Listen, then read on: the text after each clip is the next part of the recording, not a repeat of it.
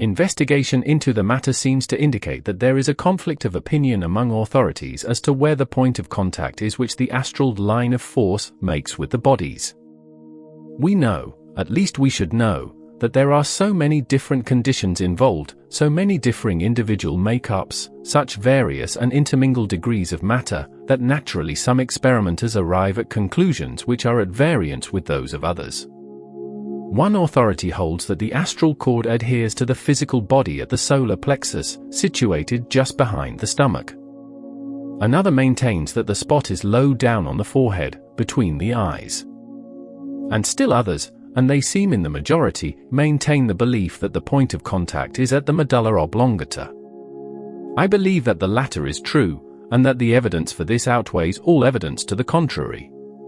If all these claims can be vindicated, then the controversy lies only in the opinions of their originators. The truth is that the cable can extend from any of the several vital centers of the body. One well-known authority on the subject, who ranks second to none, and whose word carries much weight, is a staunch adherent to the belief that the astral cord finds its point of contact at the solar plexus, i.e. of the physical body. But where does it join the astral body, if this be true? Does it center at the solar plexus of the projected body too? Surely, if it does so, the conscious astral projector must find himself in a clumsy condition when within cord activity range. This is what my experience has revealed. I have never found the cable making contact with the physical body at the solar plexus, but I have observed it to do so at the front, side, and back of the head. But, with me, the astral end has invariably adhered to the medulla oblongata region of the phantom. I make this suggestion, however, that the experimenters who hold to the solar plexus point of contact use suggestion to that effect while developing. Be that as it may, the reason why the astral cable fastens at different spots of the physical head is because of the position of the physical body at the time of projection. The astral and physical bodies coincide. In whatever way the physical body lies, so will the astral lie. If the physical be facing upward, while lying in the horizontal position, the astral will emerge facing upward also. The astral cable will thus come out of the physical at the front of the head, between the eyes, and fasten onto the phantom at the back of the head, the medulla oblongata region. I might add that this is the ideal position for projection. On the other hand, if the physical be facing downward while lying in the horizontal position, the astral body will emerge facing downward. The astral cable will thus circle from the medulla oblongata of the physical, directly over the top of the head, to the medulla oblongata of the phantom. If one be conscious, when a projection from this position occurs, he will feel the astral cord circling over his head, in the astral, and it will feel like a piece of soft hose, in which there are regular pulsations. I had the following experience several years ago, which illustrates this point, turning over in the air. The first perception I had in this experience was that my head was drawn downward until my chin rested upon my chest, and that something was thumping me on the top and back of my head. An instant later I was awake in the astral, and found that my head was drawn downward, my chin was resting upon my chest. The thumping in my head was due to the pulsations in the astral cable. In this condition I was lying in the air, just under the ceiling of the room. I could not move voluntarily, and seemed to be smothering. I was lying upon my chest, physically, and was likewise facing downward in my astral body. Thus it was that the astral line of force pulled my head downward, and I could feel it resting upon my head from that point, then down, over the top of my head, as plainly as if it had been a piece of garden hose, fastened to the back of my astral head and pulled over the top, forcing my head onto my chest, and pulsating all the time. This experience proved conclusively to me that the astral cable is always attached at the medulla oblongata region of the astral body, for there never would have been a better time for it to have been attached elsewhere, yet it made contact at this point, which on this occasion was not an ideal arrangement. For several moments I stayed in this position, then I noticed that I was beginning to turn over onto my side. I thought that my head would be twisted from my body. The turnover movement continued until I eventually found myself lying upon my back in the air. This once accomplished, the controlling power began to move me outward and downward into a standing position. Just why the ruling intelligence found it necessary to turn me over in the air before completing the projection, I do not know. On interiorization, the same process took place in the reverse order. I was pulled first from the upright into the horizontal position, i.e. to a point directly above my physical body. This movement took place while I lay face upward in the air. I was then turned over and slowly dropped, face downward, into the physical mechanism, which lay face downward upon the bed. If this experience could be considered typical, it would appear that lying upon one's back is the ideal position for projection. The forebrains of man, of course, where the astral cable appears to make contact with the head, and where it actually ends, are two different questions. The cable might appear to the projector to be centered at the medulla oblongata, the front, or the side of the physical head, depending upon which side faced upward at the time, and still it would only be apparent, and the cable might actually end inside the head at the pineal gland, for all we know. There are 4 large nervous or psychic centers in the body. For brains of man they are sometimes called the cerebrum, the cerebellum, the medulla oblongata and the solar plexus. Besides these there are the pituitary body and the pineal gland. Because projection of the astral body depends in some degree upon concentration centered upon one or more of those centers, we must discuss them briefly. The cerebrum, divided into 2 hemispheres, is the frontal portion of the brain, within the cranium. The cerebellum lies behind and below the cerebrum. The two are connected by a short stalk, known as the midbrain. The solar plexus, abdominal brain, is in the abdomen, just behind the stomach. It is complexly composed of material similar to that composing the other 2 brains. The medulla oblongata is a bulbous continuation of the upper end of the spinal cord, extending into the skull and lying below the cerebellum. It is a peculiar arrangement of divisions, strands, of the ganglia connected with the 2 neighboring vital centers. It is well known that, within the medulla oblongata, are located certain nerves which have control over the functions of respiration. I leave it to the reader's judgment whether this would not be an ideal spot for the astral line of force to connect with and thus deliver the force of respiration. The pineal gland situated within the brain is a peculiar organ, the pineal gland, which, until recent years, was a source of mystery, although the Orientals have long held that the gland has significance in relation to the occult. The pineal gland, aside from its physiological importance, is now recognized by many Western students of psychics, as well as by the Orientals, as being a connecting link between the physical and spiritual worlds. Swami Bhaktivinoda states, the pineal gland is a mass of nervous substance which is found located in the brain, in a position near the center of the skull, almost directly above the extreme top of the spinal column. It is shaped like a small cone, and is of a reddish-gray color. It lies in front of the cerebellum and is attached to the 3rd ventricle of the brain. It contains a small quantity of gritty particles, a sand-like substance, which is commonly known as brain sand. It derives its scientific name from its shape, which resembles a pine cone.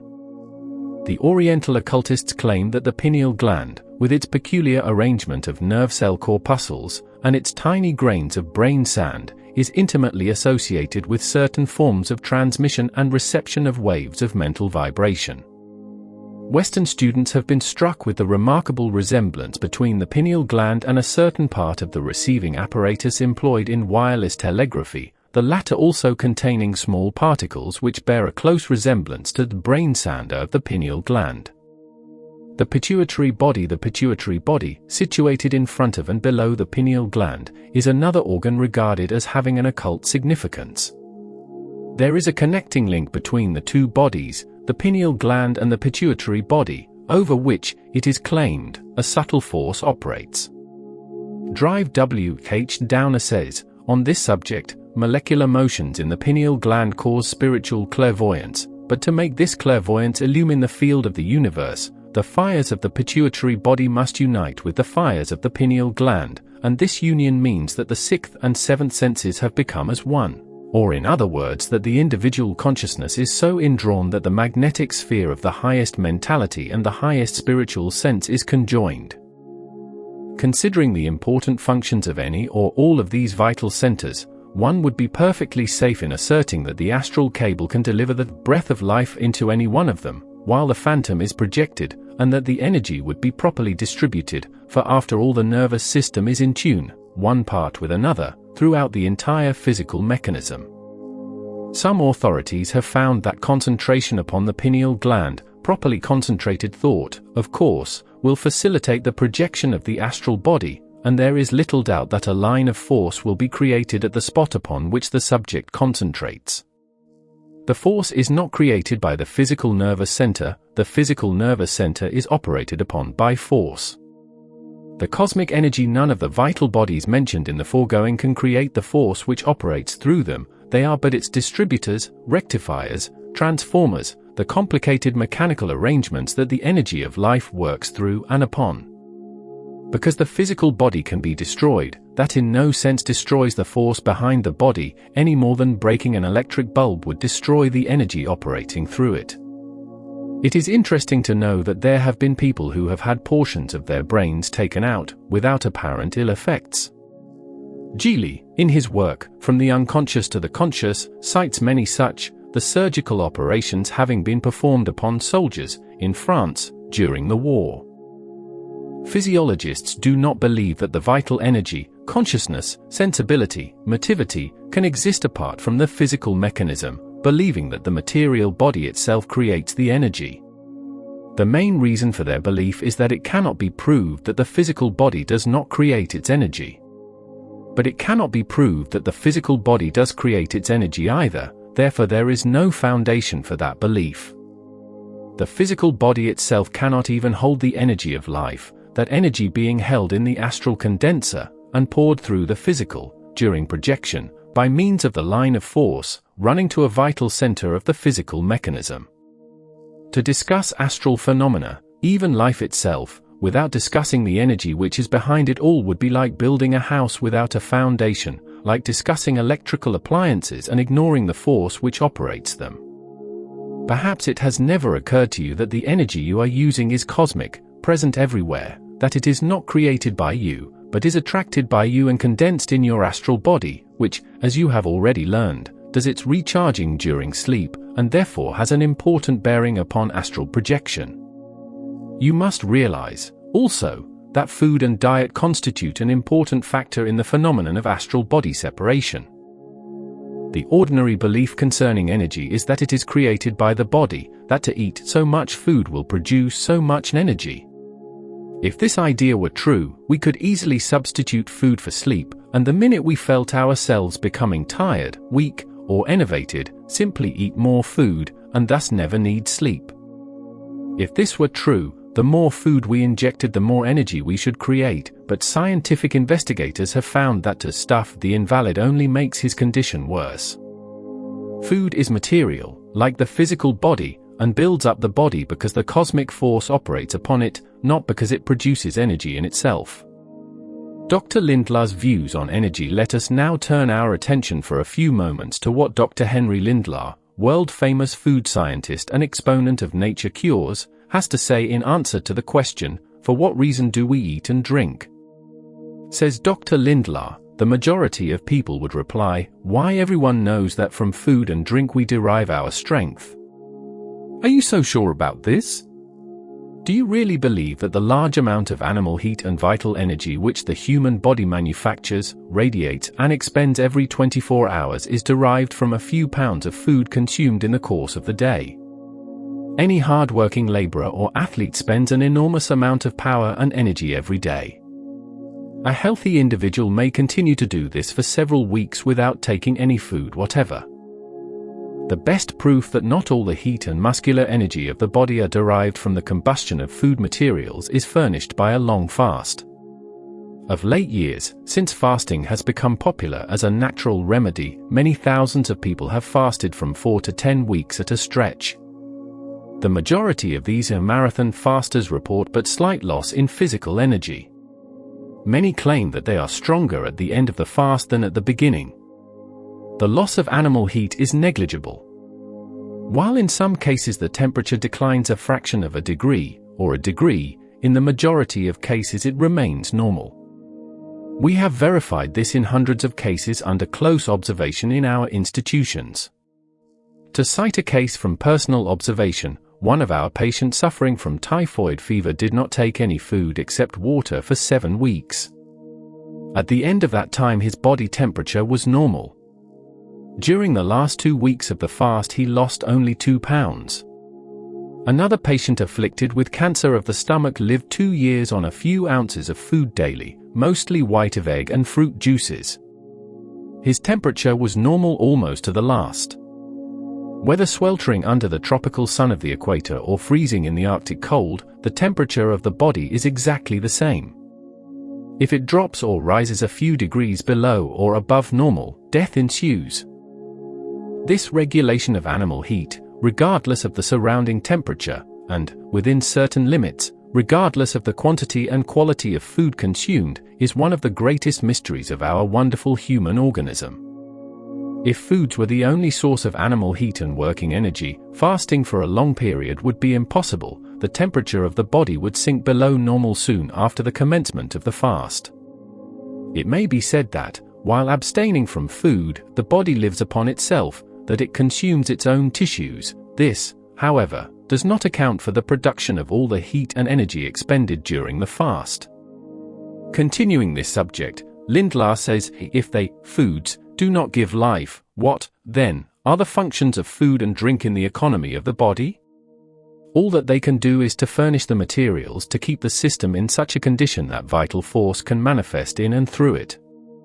The inflow of life force into the cells and organs of the body and its free distribution, by way of the nervous system, depend upon a normal or healthy condition of the organism. Anything and everything in natural methods of living and of treatment that will help build up the blood on a normal basis, that will purify the system of waste and morbid matter, that will correct mechanical lesions and harmonize mental and emotional conditions, will ensure a greater supply of life force and its derivatives, strength, vitality, resistance, and recuperative power. In other words, the more normal, healthy, and perfect the organism, the more copious will be the inflow of vital energy. Foods, fasting, and psychic development. When such exhaustive researchers as Dr. Lindlar must go outside the body to find the source of its vital energy, is it not time for others too to recognize this omnipresent force working all about them and through them? It is impossible here to go into the study of foods and dietetics. The study of food and its effects upon life constitutes a science in itself. Plainly, different foods bring about different conditions in the body, some seeming to supply more energy, some less, depending, no doubt, upon the way in which they attract or repulse the vital energy which is cosmic, and which is held by the astral body, the condenser of cosmic energy. It is probable that the negative and positive charges in foods, in some unknown manner, affect the astral body. The physical body is built up by the foods because the basic elements of matter constituting both foods and flesh are united, but the energy is manifested in and through the astral counterpart. There is an occult doctrine regarding food, says Carrington. It is that a vegetarian diet tends to make the molecules of protoplasm shorter and more sensitive to shorter wavelengths. It is quite conceivable that it should actually do this. We know that a bar of iron becomes magnetized when all the molecules of its structure are, as it were, pointed in the same direction. If you strike a magnet of this type a sharp blow with a hammer, or heat it red hot and allow it to become cool again, it will be found to have lost its magnetism. What has happened? Probably the molecules of iron, which before had been uniform in their polarity, are now pointing in all directions, and hence the energy which formerly played on or through the bar of iron, in one continuous unbroken stream, is now broken up, and playing in 1,000 different directions. Hence the iron will no longer be a magnet. It is possible that something of the same sort takes place in the body, and that its molecules, when finely attuned by rhythm, and acting in unison, may allow a flow through the body of energies which would otherwise be limited or altogether restrained in their action. This is merely by way of suggestion, which one may take for what it may be worth. Mr. Prescott F. Hall, in a most interesting article in the Journal of the American Society of Psychical Research, says, a vegetable diet tends to loosen the vibric matter of the astral body, and vegetables, fruits and prunes make the blood able to attract spiritual power. Carrots also are beneficial. Nuts, especially peanuts, are bad, especially near the time of sitting for development, as they tend to make one's atmosphere of one color. Raw eggs are favorable. Liquids are favorable to development. Fasting often helps the liberation of the astral body. You will notice that Mr. Hall has stated that liquids are favorable to development, yet he does not state in what way they are beneficial, nor to what type of development. I must take exception to this, and shall shortly point out that, in developing astral projection, abstinence from liquids constitutes an important positive factor. However, Mr. Hall is correct in his assertion that fasting often helps the liberation of the astral body. It is enough to say that food is one of the most vitally important factors of life, but it is as necessary to eat the right kind of food as it is to eat at all. I know that, in stating this fact, I shall arouse the ire of many spiritualists, who think along the lines of mental healing and Christian Science, their motto being, "Leave the food question alone, the mind will take care of that." While healing by the power of the mind is not by any means an untruth, the idea that one can ignore the food question is ridiculous. Food is as necessary as breathing. Why not stop breathing, and let the mind take care of that? The question is, do these people eat? If so, why? They will answer that they eat because it is necessary to sustain physical life, but that it makes no difference what they eat, just so it be labeled food. Now if it be necessary to eat at all, it is necessary to eat properly. I wonder if the mental healers could eat dirt and, by using their minds, make it nourish their bodies? They would say, dirt is not food. But many of the things eaten by us every day belong to the same category. For instance, it is not generally known, but many investigators know, that much of the so-called whole wheat sold in America is little less than ground corn cobs. Concoctions sold for whole wheat sometimes contain as much as 3/4 of the stuff hogs refuse to eat. Dr. Ward and others have pointed this out, after investigation. If it be true that the mind can take care of the food question, why not let the mind take care of eating too? There is just one standpoint in this matter: if it is necessary to eat at all, it is necessary to eat the proper elements of food. Eating, breathing and sleeping are natural laws. We cannot ignore a single one of these without suffering ill effects, not in this earthly life, at least. Fasting increases the inflow of cosmic energy, but of the three sources of energy, sleep is the most important, and it may readily be seen that if we could eat, drink and breathe properly, we should sleep less, and still retain the needed amount of energy, and that, if we slept more, we should not require the usual amount of food.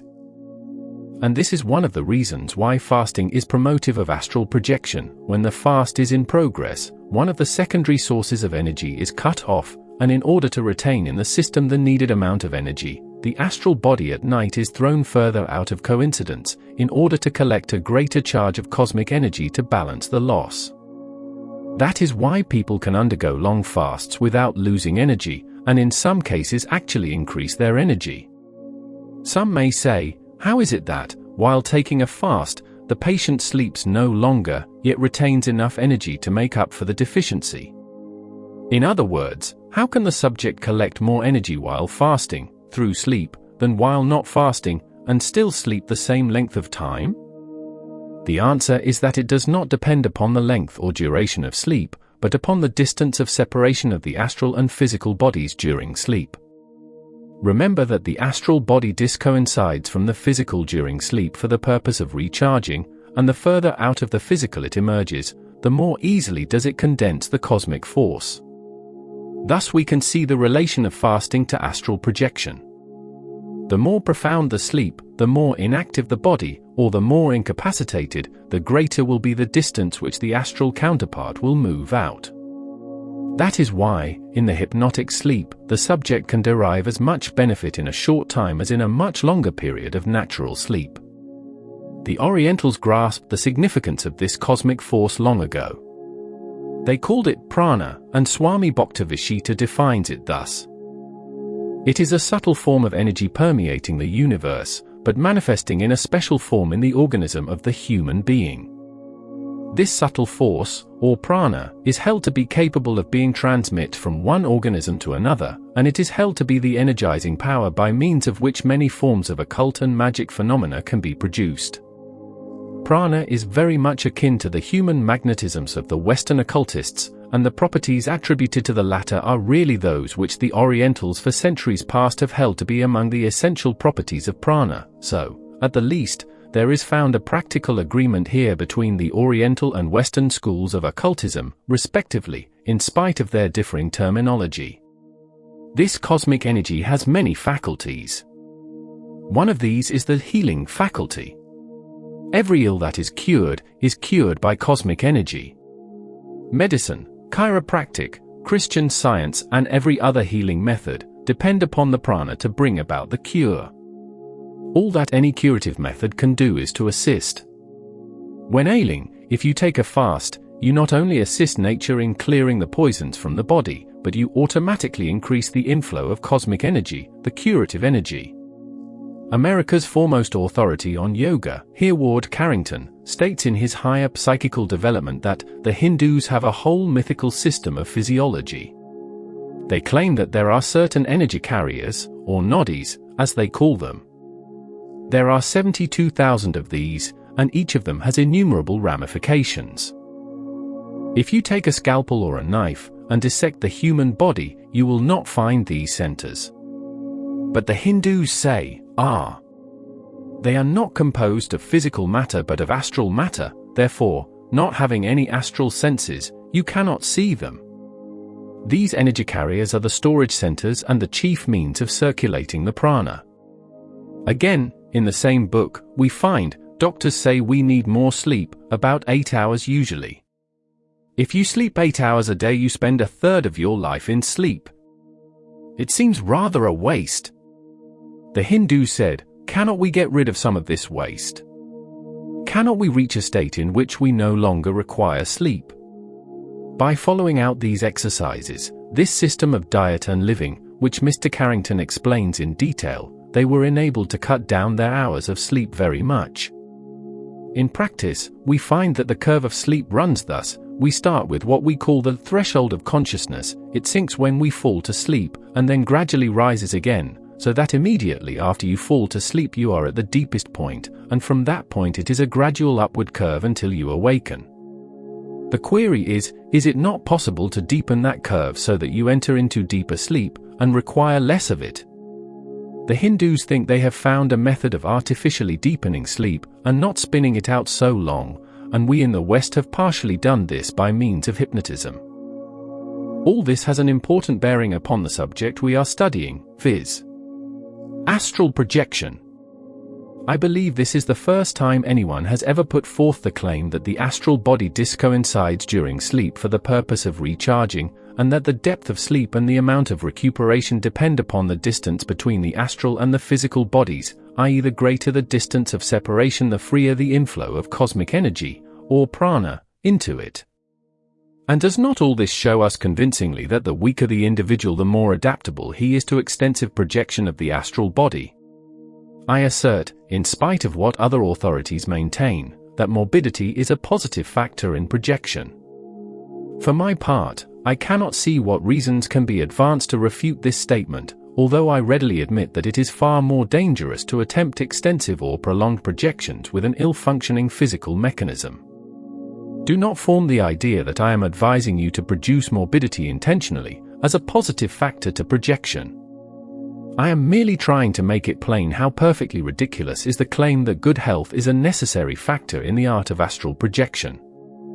If this were true, that good health is necessary, the nearer one came to death, the weaker he became, the harder it would be for him to die, permanently project. But common sense shows us that this is not true. Another common belief is that we burn up our energy. But what we really do is externalize our energy, i.e. the neuric energy externalizes from the astral body. In the individual of nervous temperament, this externalization is very pronounced, and that is the reason why the individual is neurotic. I believe it was mentioned that this externalization of energy can be measured by certain instruments. If you could cut off the excessive externalization of energy in the neurotic individual, the nervous temperament would disappear. It is easily seen that persons of nervous temperament require more recharging during sleep than individuals of other temperaments. One set of bodily exercises and postures will cause the cosmic energy to externalize, while another set of exercises and postures will cause the energy to interiorize. It has been discovered that fear will fill the bloodstream with poisons, almost instantly. It is claimed that, for this reason, a person becomes weak when in the grip of fear. I am going to tell you why fear weakens, and this is the first time anyone has made this claim. Fear externalizes the neuric energy from the astral body, automatically weakening the victim. Nothing causes externalization of nervous energies as completely and as quickly as fear. If it were true that energy is burned up, there could be no condition of instantaneous enervation, such as we have when in the grip of fear. Energy is omnipresent and indestructible. It is not created, nor is it burned up. It is internalized and externalized, and it is condensed in the astral body. When projected in the astral body, unconscious, one can observe this neuric energy, that is, he can see its color and condensation in the bodies of others. It is luminous, like white light. It is this energy which gives the astral body its phosphorescent appearance. It is the scintillations of this condensed energy which trail along behind the phantom, when the latter is moving at the intermediate speed. Although the glow of the neuric energy can be seen throughout the entire body, it is condensed mostly in the center of the body. It is very luminous in the center of the body, at the solar plexus region. I have noticed this many times.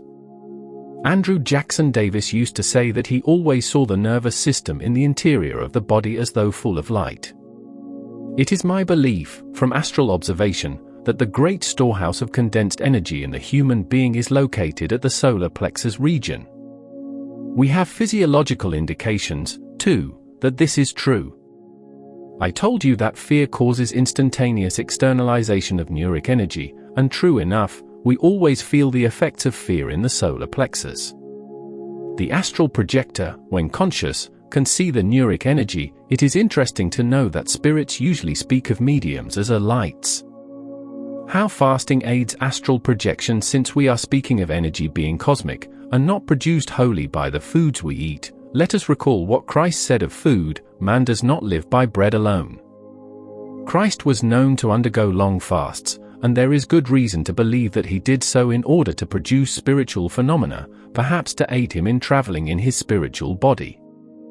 We have learned one of the reasons why fasting tends to liberate the astral body, and, to avoid any misunderstanding, we will review it.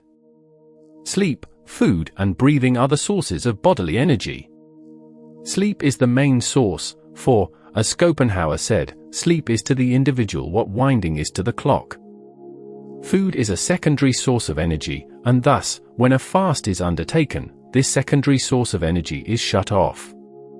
The astral body, the condenser of energy, always discoincides from the physical during sleep, for the purpose of recharging, and during a fast must take in, condense, a greater quantity of prana to make up for the deficiency caused by the fast. The further out of coincidence, the more energy the astral body gathers, the more easily it recharges itself, or is recharged. Hence, during a fast, it moves out further into the stream, which means nothing more than that it projects further than the zone of quietude, normal sleep. This is but one reason why fasting is a positive factor in projection of the astral body. There is another reason, which will be discussed under suppressed desire. It has often been observed that sometimes a blow, or what not, which produces unconsciousness, will cause the victim to feel more energetic after regaining consciousness. The reason is obvious: the astral body moved out some distance into the cosmic stream of energy. And here is another observation I have made: consciousness uses up energy. Consciousness, merely being awake, uses up energy just as exertion uses it up. You can sit still or lie motionless, and be conscious, and you use up energy. Here is something else I wish to impress upon your mind: although the astral body recharges, when it moves out of coincidence with the physical, or separates from it, unconsciousness is necessary in order to reap the full benefit of the recharging. If you project the astral and retain consciousness all the time, you will not recharge the astral body. Unconsciousness is a necessary factor in conjunction with separation. I have noticed many times that, after experiencing an entirely conscious projection, I felt still enervated upon recoinciding with the physical, in fact more so than upon retiring. And, on the other hand, I have found that, when the projection was unconscious, i.e. when I merely caught myself in the act of interiorizing and therefore knew I had been projected, I always felt invigorated, sometimes even to the extent that, upon awakening, I actually believed I could fly off the ground. It is very common to experience a dog-tired feeling after an exteriorization that has been conscious, accompanied by a headache in the back of the head. I am convinced, for my part, at least, that spirits in the lower planes must become unconscious, for consciousness uses up energy, no matter whether one be in the astral body or in the physical body. There is strong evidence to support the contention of many occultists, viz. that sleep, unconsciousness, is not brought about by a condition of the material body, but is caused by some agency outside the physical body. Such theories as cerebral hyperemia, cerebral anemia, and all other material influences must be discarded. They do not cause sleep. Neither does the withdrawal of the astral body, for even that entity sleeps, and can be unconscious and projected, or conscious and projected. Chapter 8. Although, in the majority of cases of astral projection, consciousness is chiefly a matter of chance, that is, it seems to be chance, whether or not consciousness be present, there is little doubt in my mind that schemes could be worked out, or influences brought to bear, which would have some effect in bringing full consciousness to the projected entity. Of course, it is possible to be conscious from the very beginning of exteriorization, but this is not usually the case, and, in many projections in which I have become conscious, I have analyzed the causes which, I believe, aroused consciousness. Some of these causes are not unlike those which bring about consciousness while the bodies are in coincidence. Unless consciousness be present from the very beginning of a projection, it will first begin to manifest itself in the form of a dream. It seldom comes suddenly, but slowly, when the phantom is projected, a dream always preceding it, and it works itself out of the dream. If the dream corresponds to the action of the phantom, consciousness is more likely to appear. That is why dream control is such an important factor. I will now tell you of an awakening which illustrates this point. You will then see the difference between dream consciousness and real consciousness. A dreaming true experience. I was dreaming that I had entered a massive hall with a high ceiling, skylights, and colored windows. It was a large room when I first entered it, but after being within it for a short time I noticed that it had changed. It was now a small room, and there was but one small hole in the center of the ceiling through which I could see light. As I remember the dream, the room was about 12 feet square, and I stood on the floor in the center of the room, looking up through the hole in the center of the ceiling. That was the only opening through which I could escape, since the doors and windows which I had first observed had disappeared. There I stood, looking up and wondering how I was ever to escape. There was no way in which I could climb up to the window, for the walls were perfectly bare, and there was nothing in the room upon which I could stand. So there I stood, looking up through the hole in the center of the ceiling. It seemed that I stood there for some time, when suddenly I wondered if I could not fly through the hole. I began to rise into the air, but as I was passing through the hole I became caught fast in it. Half my body, from my hips down, remained inside the room, and the upper half was outside. There I was, stuck fast. I could not move either way. At this point I began to awaken and realize what was taking place. I found myself projected. Yes, it was the same old story, awakening from a dream and finding myself exteriorized. But the interesting thing was that the position of the body, astral, corresponded with the position it held in the dream. I was just halfway through the ceiling of the room, when I became conscious. That is, I had moved upward, directly over the shell, had upright, and was half above and half below the ceiling, on awakening. This is merely one of the many awakenings I have experienced when emerging from a dream, and I have noticed every time that when the dream corresponds to the action of the astral body, real consciousness generally appears. When the dream corresponds to the action of the astral body, it will always cause that body to exteriorize. Awakened in the astral B-wire noise. Here is another example in which noise participated. Before retiring, one evening, I had been reading of an Indian massacre. The leader of the band of Indians was named Little Priest. After going to sleep, I began to dream. I was in a clearing in the wilderness. The clearing was quite large, about 60 feet square. I had a gun with me, and, as I was passing through the clearing in the wilderness, I suddenly saw Indians poking their heads through the trees and underbrush all around me. I raised my gun and began to fire at them, first at one and then at another. It was one continual bang, bang, bang. It seemed that the gun I was using made a very loud noise, unusually loud, making me tremble every time I discharged it. Yet I could not stop shooting, or the Indians would get me. But that awful bang, bang, bang. How it went through me. Next I saw the chief of the Indians. It was Little Priest, and he was coming through the clearing toward me, to kill and scalp me, I feared. So I turned the gun toward him and fired, bang, bang, bang. But I could not seem to hit him, and he was getting nearer and nearer.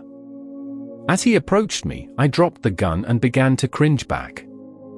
But the bang, bang, bang continued. It was growing more distinct. I was forgetting about the Indian chief. I was conscious. It was a windy night, and the screen door, outside, was slamming back and forth in the wind, bang, bang, bang. I found, when conscious, that I was projected in the astral and standing near my shotgun, behind the door of the kitchen. But that was not all. There stood an Indian spirit, and he said, "You call Little Priest." These are but two examples of how one becomes conscious when projected in the astral body. I could cite many, many more, but that would take a book as large as this one. Considering only the last case, had I been within chord activity range, when this banging and fearful Indian fighting commenced, an interiorization would have resulted, because of the emotion.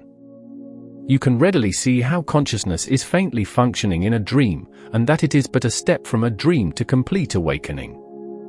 The dream world. There is a dream world. When you are dreaming, you are not really in the same world as when you are conscious, in the physical, although the two worlds merge into one another. While dreaming, you really are in the astral plane, and usually your astral body is in the zone of quietude. The distance of separation has nothing to do with it. Once detached, whether slightly or remotely, you are in the astral plane. Perhaps this is the first time you have ever realized that you enter the astral world every time you go to sleep and discoincide. The fact that you stay in the zone of quietude does not make you any the less in the astral world. When out of coincidence, you are attuned with, or in harmony or vibration with, both astral and physical worlds. You can be conscious, partially conscious, or unconscious, either within or out of coincidence. In a dream, you are partially conscious, and can be discoincided. Your mind is thus a receiving station for the vibratory waves, ether waves, carrying with them thoughts, sounds, influences, music, voices, and what not, of two worlds, and it is through the reception of these impressions that many dreams are instigated. When you fall, or really rise, to sleep, if the conscious mind be locked up partially, it functions in conjunction with the subconscious, and the material for dreams is obtained from the thoughts, noises, etc. of two worlds. If the conscious mind be locked up tightly, you do not dream, or I should say, you do not remember having dreamed on awakening. When you are asleep, your vibration reception ability is greater than when you are physically awake. When sleeping, you are not unlike a medium, but, being unconscious, you do not realize it. If partially conscious, you are open to the vibrations of two worlds. If you awaken from a dream in the physical body, your vibration reception ability is attuned to the physical plane, and if you awaken from a dream while projected in the astral body, your vibration reception ability covers both astral and physical planes.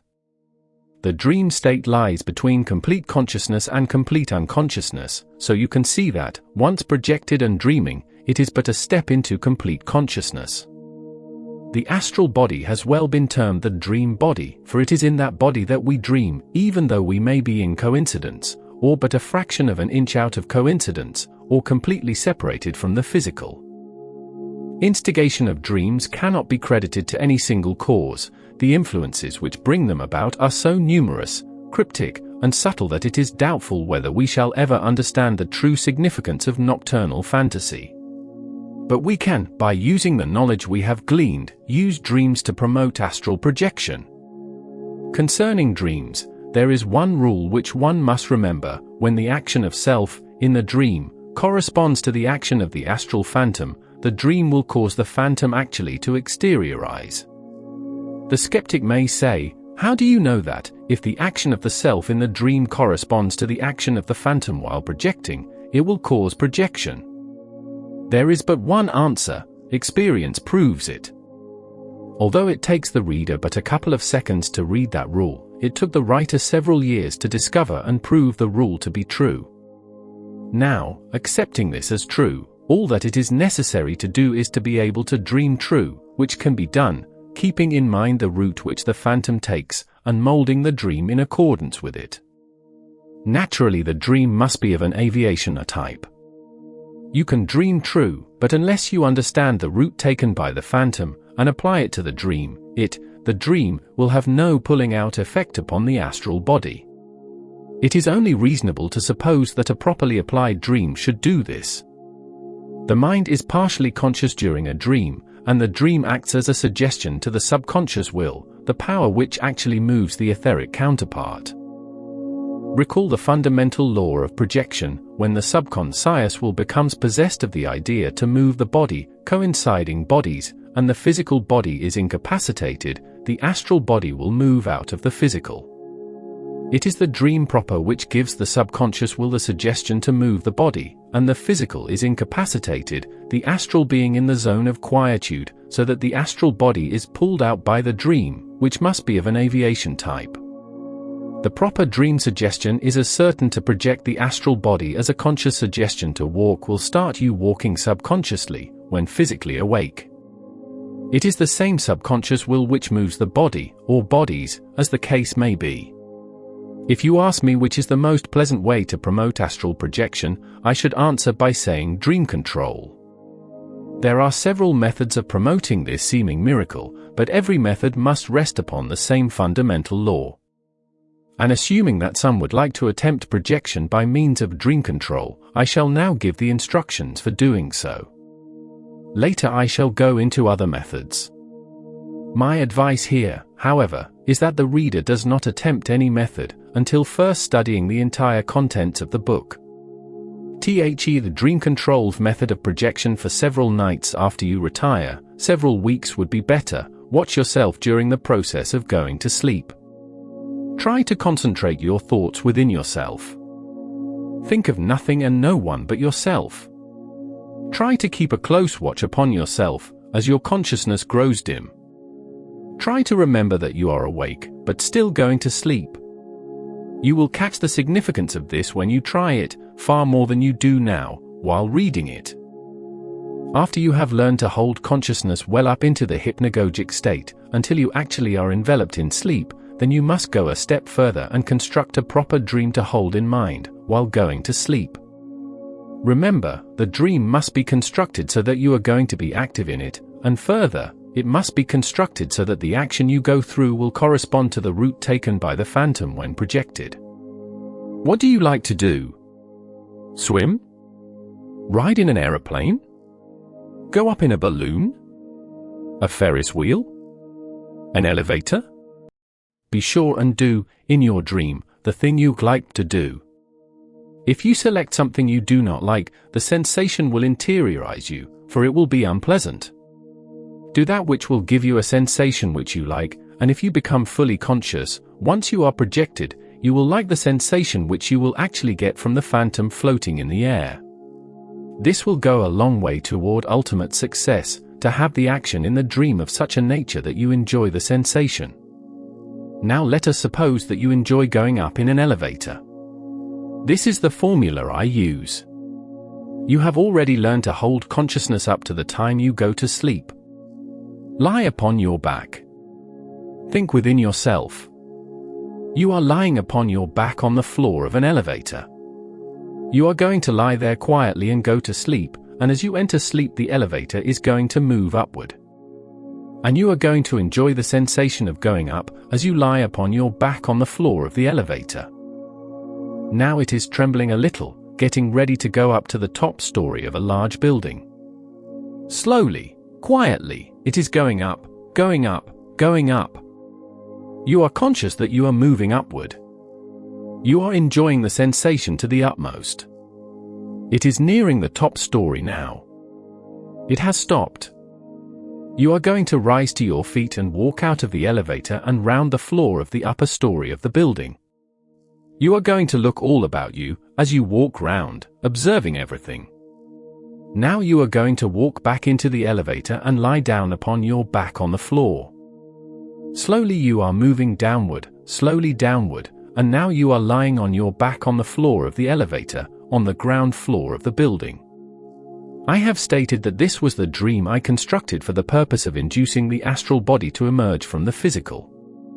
Now, it is important to use the same dream over and over again, for if you try first one dream and then another, the subconscious will not be impressed with the construction of the dream as strongly as if you repeat the same one over and over each night, as you are entering sleep.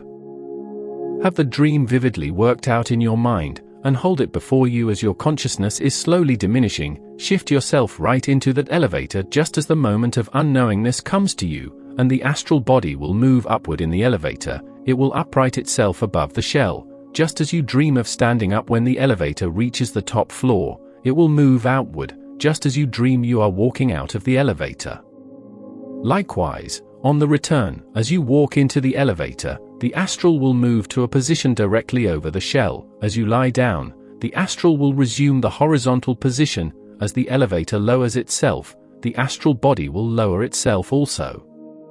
The dream is a suggestion to your subconscious will, and that will act accordingly. You should be able to remember the dream after awakening. Another advantage of this method is that the astral cable does not annoy one as it does when a projection is induced by other methods. If one can project oneself by dream control and move some distance away, and then become conscious, one should never know that cord activity range exists. The big problem lies in gaining consciousness when once one is projected. Remember that the dream consciousness is not the true consciousness, although you can remember the dream. The projection of the astral body, the proper dream, will always project the phantom. Now, it is not necessary to employ the dream I have mentioned. You can construct your own dream, making it appropriate in every respect, in action and sensation. Perhaps you think that you can dream this sort of dream, and that the astral body will not do as I have stated. Don't deceive yourself. It will, even though you are not clearly conscious. When I first experimented along this line, I found that repercussion of the body would take place, at times, but that was always because I had dreamed that the elevator descended too quickly. I found also that I could produce repercussion of the astral body at will, merely by imagining myself falling from a high building, as I entered sleep. I would hold this thought in mind, that I was falling from a high building, and soon after going to sleep, I would repercuss. All you need to do to convince yourself that these things I am telling you are true, is to follow the instructions, and find out for yourself. If you like to swim, of course you must plot the dream so that as you are in the water, the water, must rise, bearing you upward. Then, when you have been raised to a position when the water floods its banks, you swim outward. This follows the action which the phantom takes in projection. Many, no doubt, will say that they could never project their astral body into space, that they could never disconnect one body from the other, yet every time one goes to sleep the astral counterpart moves out of the physical, to some extent, every time you have a falling dream your astral body has been projected and is returning as you dream of the fall. But the big problem, I repeat again, is how can one project and possess true consciousness while projected? I have said that consciousness is more or less a matter of chance, and I have tried a few experiments in which I succeeded in bringing about consciousness, which I do not think would have appeared on these particular occasions, but for the factor which I then introduced. I shall discuss this matter shortly. However, now that we are on this subject of dream control, a few more suggestions for dream plots will not be amiss. The main action, of course, is the upward movement, in getting the phantom out, so, even though the sideway action is not equally realistic, always have the upward movement of self vividly pictured in the mind, and, if possible, with the body, in the dream, lying in a horizontal position, as it moves upward. Plan your dream as you would plan an important matter in daily life. The mere fact that it is but a dream does not lessen its significance in moving the phantom. Here are a few suggestions for dream plots, some of which I have taken from Dr. Carrington's Higher Psychical Development. See a mental image of yourself in a mirror, your own picture. Construct, as it were, or imagine, a mirror about 20 feet behind you in space, and picture yourself walking backwards into that mirror. Another exercise is to endeavor to lift yourself out of your body to a point about 18 inches above your own head, like Baron Munchausen lifting himself by his own bootstraps. Imagine that you are steaming out of the body, coming out of all the pores. Now this steam is collecting just above you and is forming a replica of yourself and is then carried upward on the air. Climbing a ladder is another good exercise to construct mentally, likewise climbing a rope. The writer has had many projections which were brought about by dreams of climbing a ladder. Another, and a very good one, for it corresponds closely to the action of the phantom, while exteriorizing, is to imagine a tank gradually filling with water, on the top of which one floats. The object is to find a small hole in one side of the tank through which one passes out.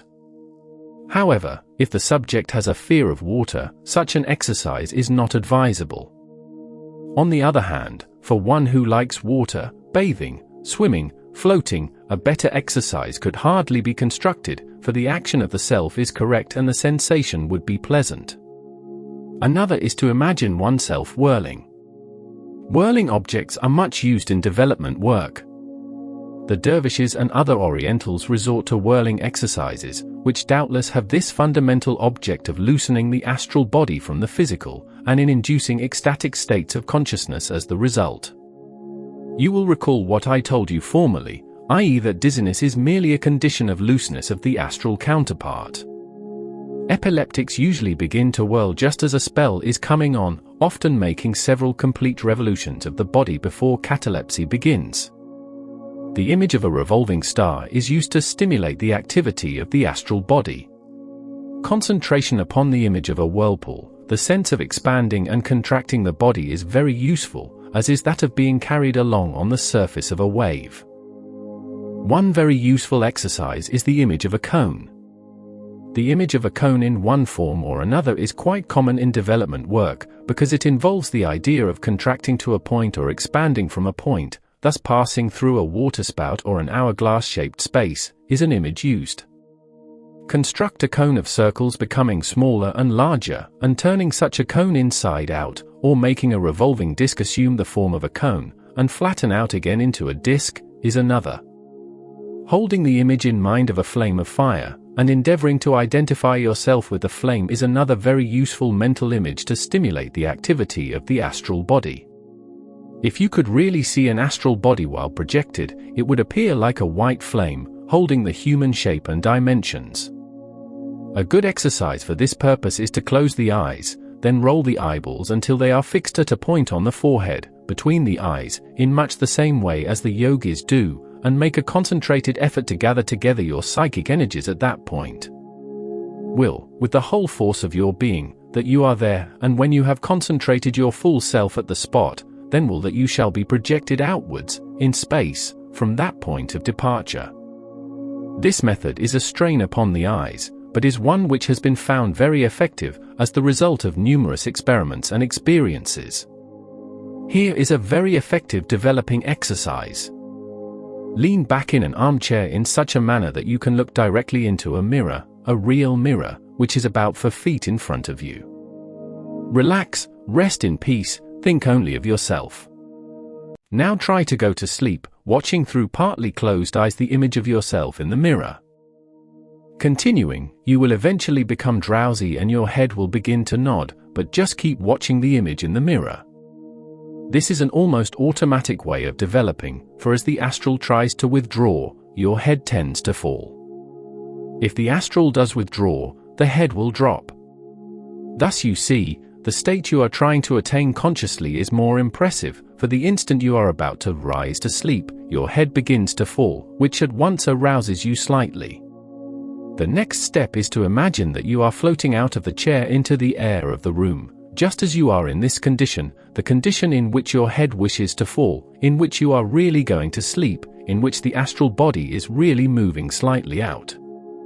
You have doubtless noticed that the instant a person falls, rises, to sleep, the physical body seems to collapse slightly, and that if there be any member of the physical body which is not resting upon something solid, it will fall, also that this has the effect of slightly reviving the subject. Now this principle can be employed in order to stimulate consciousness as the astral body is trying to withdraw, for it is the withdrawing of the astral which brings about the relaxation. You may have observed that this principle was employed in the last exercise given. It can be employed likewise while going to sleep in the horizontal position. It is interesting to try this and note the consequences. After retiring, hold your dream construction before you, and at the same time hold one arm in the air, so that it will fall when you go to sleep. Now, as you enter the hypnagogic state, the arm will begin to sway, to fall, and this will slightly awaken you, for you must not let it fall. In this way you force consciousness further into the hypnagogic state. It is not at all unusual, when trying this exercise, for the subject to feel breathless in the region of the stomach, just when the arm is falling, and he will jump slightly to stop it. This slight jump is nothing less than slight repercussion of body. Even subjects most unadaptable to projection can experience what I have just described, can actually feel the astral moving, by following this formula. This is a good exercise to practice, for, in order to dream true, you must be able to hold consciousness up to the very moment when you rise to sleep. It is true that some people never have a consciousness of going to sleep, in fact most people do not, but until the subject can experience the consciousness of going to sleep he will never be able to dream true. It is not as difficult to cause the projection of the astral body by the dream control method as you might think. Once the etheric begins to rise, the dream impresses the action of the dream body and the action of that body impresses the dream. This may be a little difficult to comprehend, but it is true. The whole trick lies in the proper start, in the proper condition of the mind at the takeoff. You do not have to start the body, it will start itself as you enter sleep, but you must get into the dream and keep the body moving onward. The astral naturally moves out of coincidence at the moment of sleep, it naturally starts itself, and that is just the moment when you must mentally project yourself into the upgoing elevator, or whatever the dream may be, and keep going. The dream body, of course, is nothing more nor less than the astral body in a partially conscious condition. In such a dream the astral body acts out exactly whatever the dream may be. A properly constructed dream is as sure to move the astral body out, as the dream of falling is to move it in. The queer thing about this type of dream phenomenon is that you dream what is actually happening, so far as the action and sensation in the astral body are concerned. It is natural for the inexperienced investigator to say that the dream might begin by holding true to the plot and then divert from it, but it never will. The dream holds the astral activity true, and, being a reality, the dream is true. If you become completely conscious in such a dream, you would usually find yourself in some place corresponding to the place of action which was last seen in the dream. That is, if you used the elevator dream, e.g., and became conscious just as you were uprighting yourself at the top story, you would find yourself in the astral body upright directly over the shell. I care not how nonsensical this may seem to anyone, it is the truth, and I have found it to work out, time after time. It is a pleasant and certain way of projecting the astral body into space. The swaying of the astral body from a photograph published by Dr. H. Derville. Summary of THE Dream Control Method. I shall now sum up this method of projection of the astral body through dream control.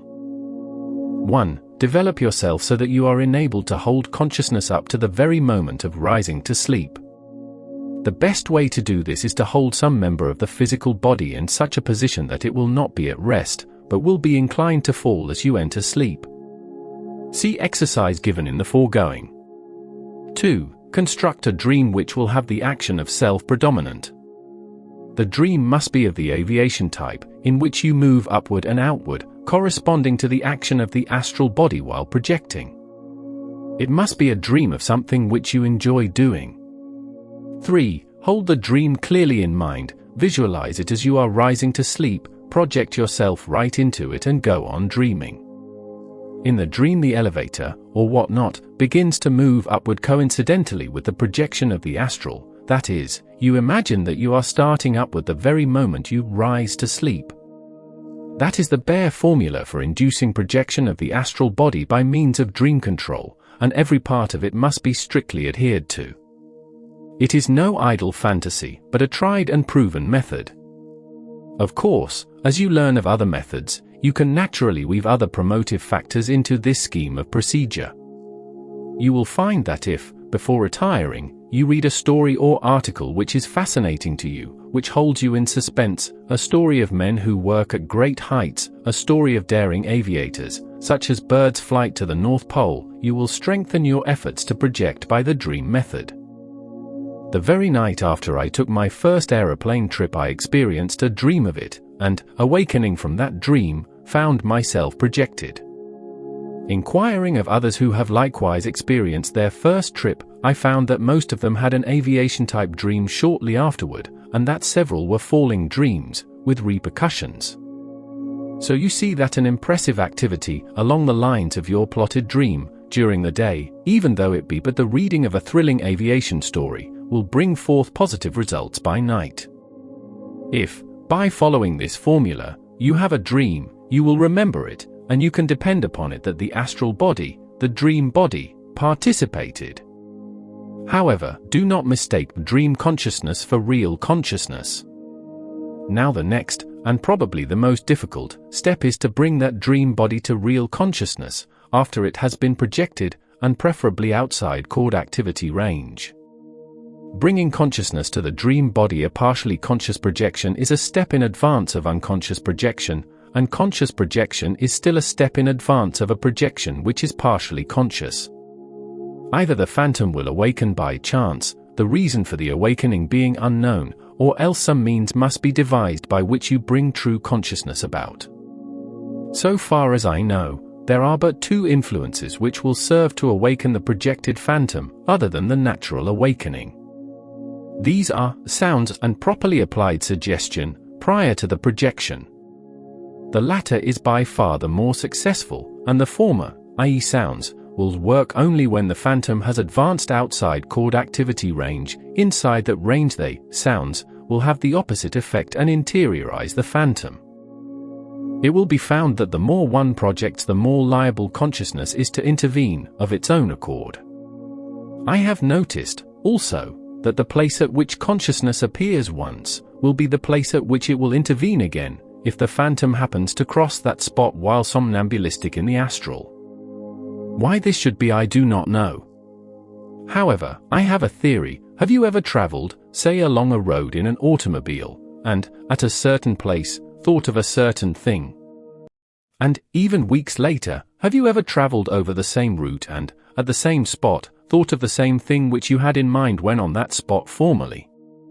Of course you have, and as you recall it, it seems to you that the locale, the spot, suggested the same things to you that you had in mind when on that spot before, even though those objects sustain no relation whatever to what you have now in mind. For instance, every time I pass a turn in the road about a mile from where I live, I think of a circus. Just why, I do not know, yet every single time I pass that turn, I visualize a circus. Now, that is just what happens in the astral.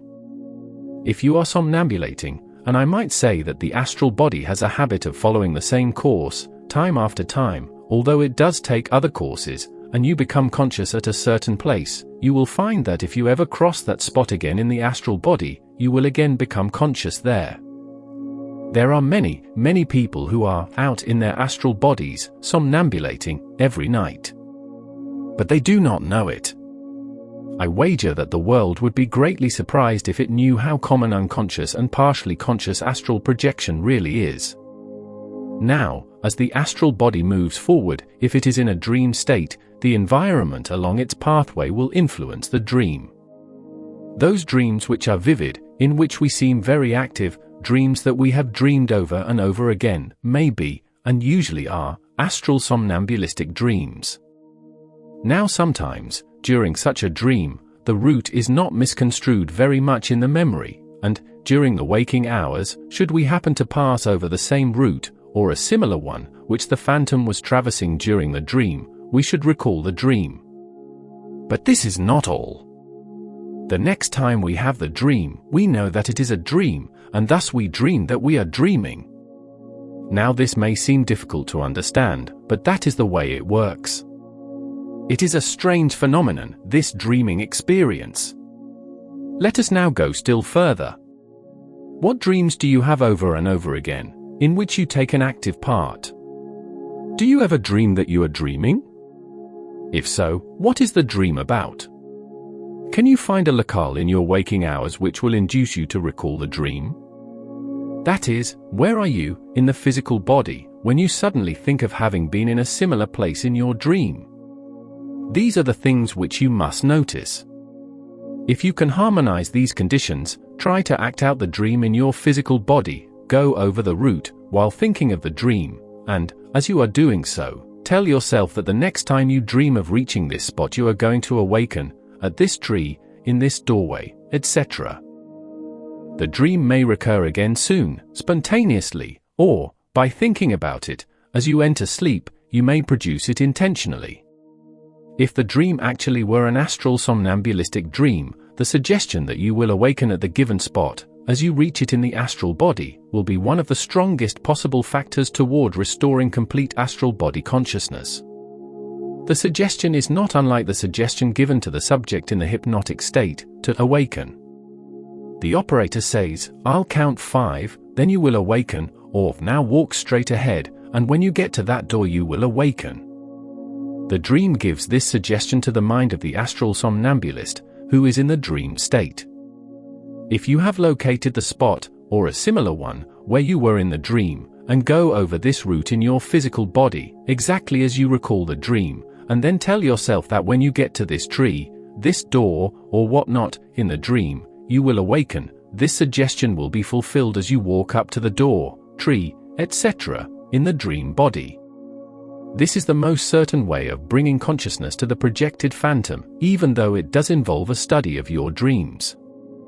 Of course, once you can produce an aviation type of dream, and remember it, the thing to do is to suggest to yourself, just before going to sleep, that you will awaken at a certain place. I have a friend to whom I gave these instructions. He was quite successful in producing the proper dream, but when the suggestion, to awaken, should come forth, he would dream that he was dreaming, and dream that he could not awaken. Take, for example, the elevator dream. Tell yourself that after you have been lifted to the top floor of the building, and have left the elevator and walked away from it, that you will then awaken.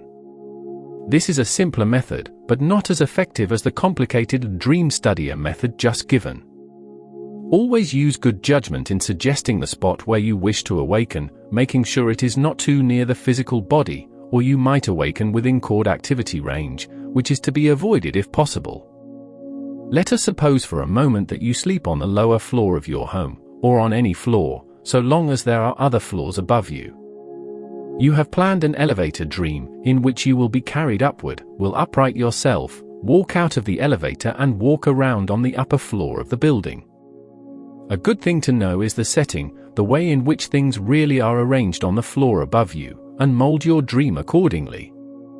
Find one object on the floor above you, a door, a window, something that will be in your path in the dream, and, as you are holding the dream construction before you, on going to sleep, suggest to yourself that you will awaken when you reach that object. In this way, when you approach it in the dream body, the suggestion will be fulfilled.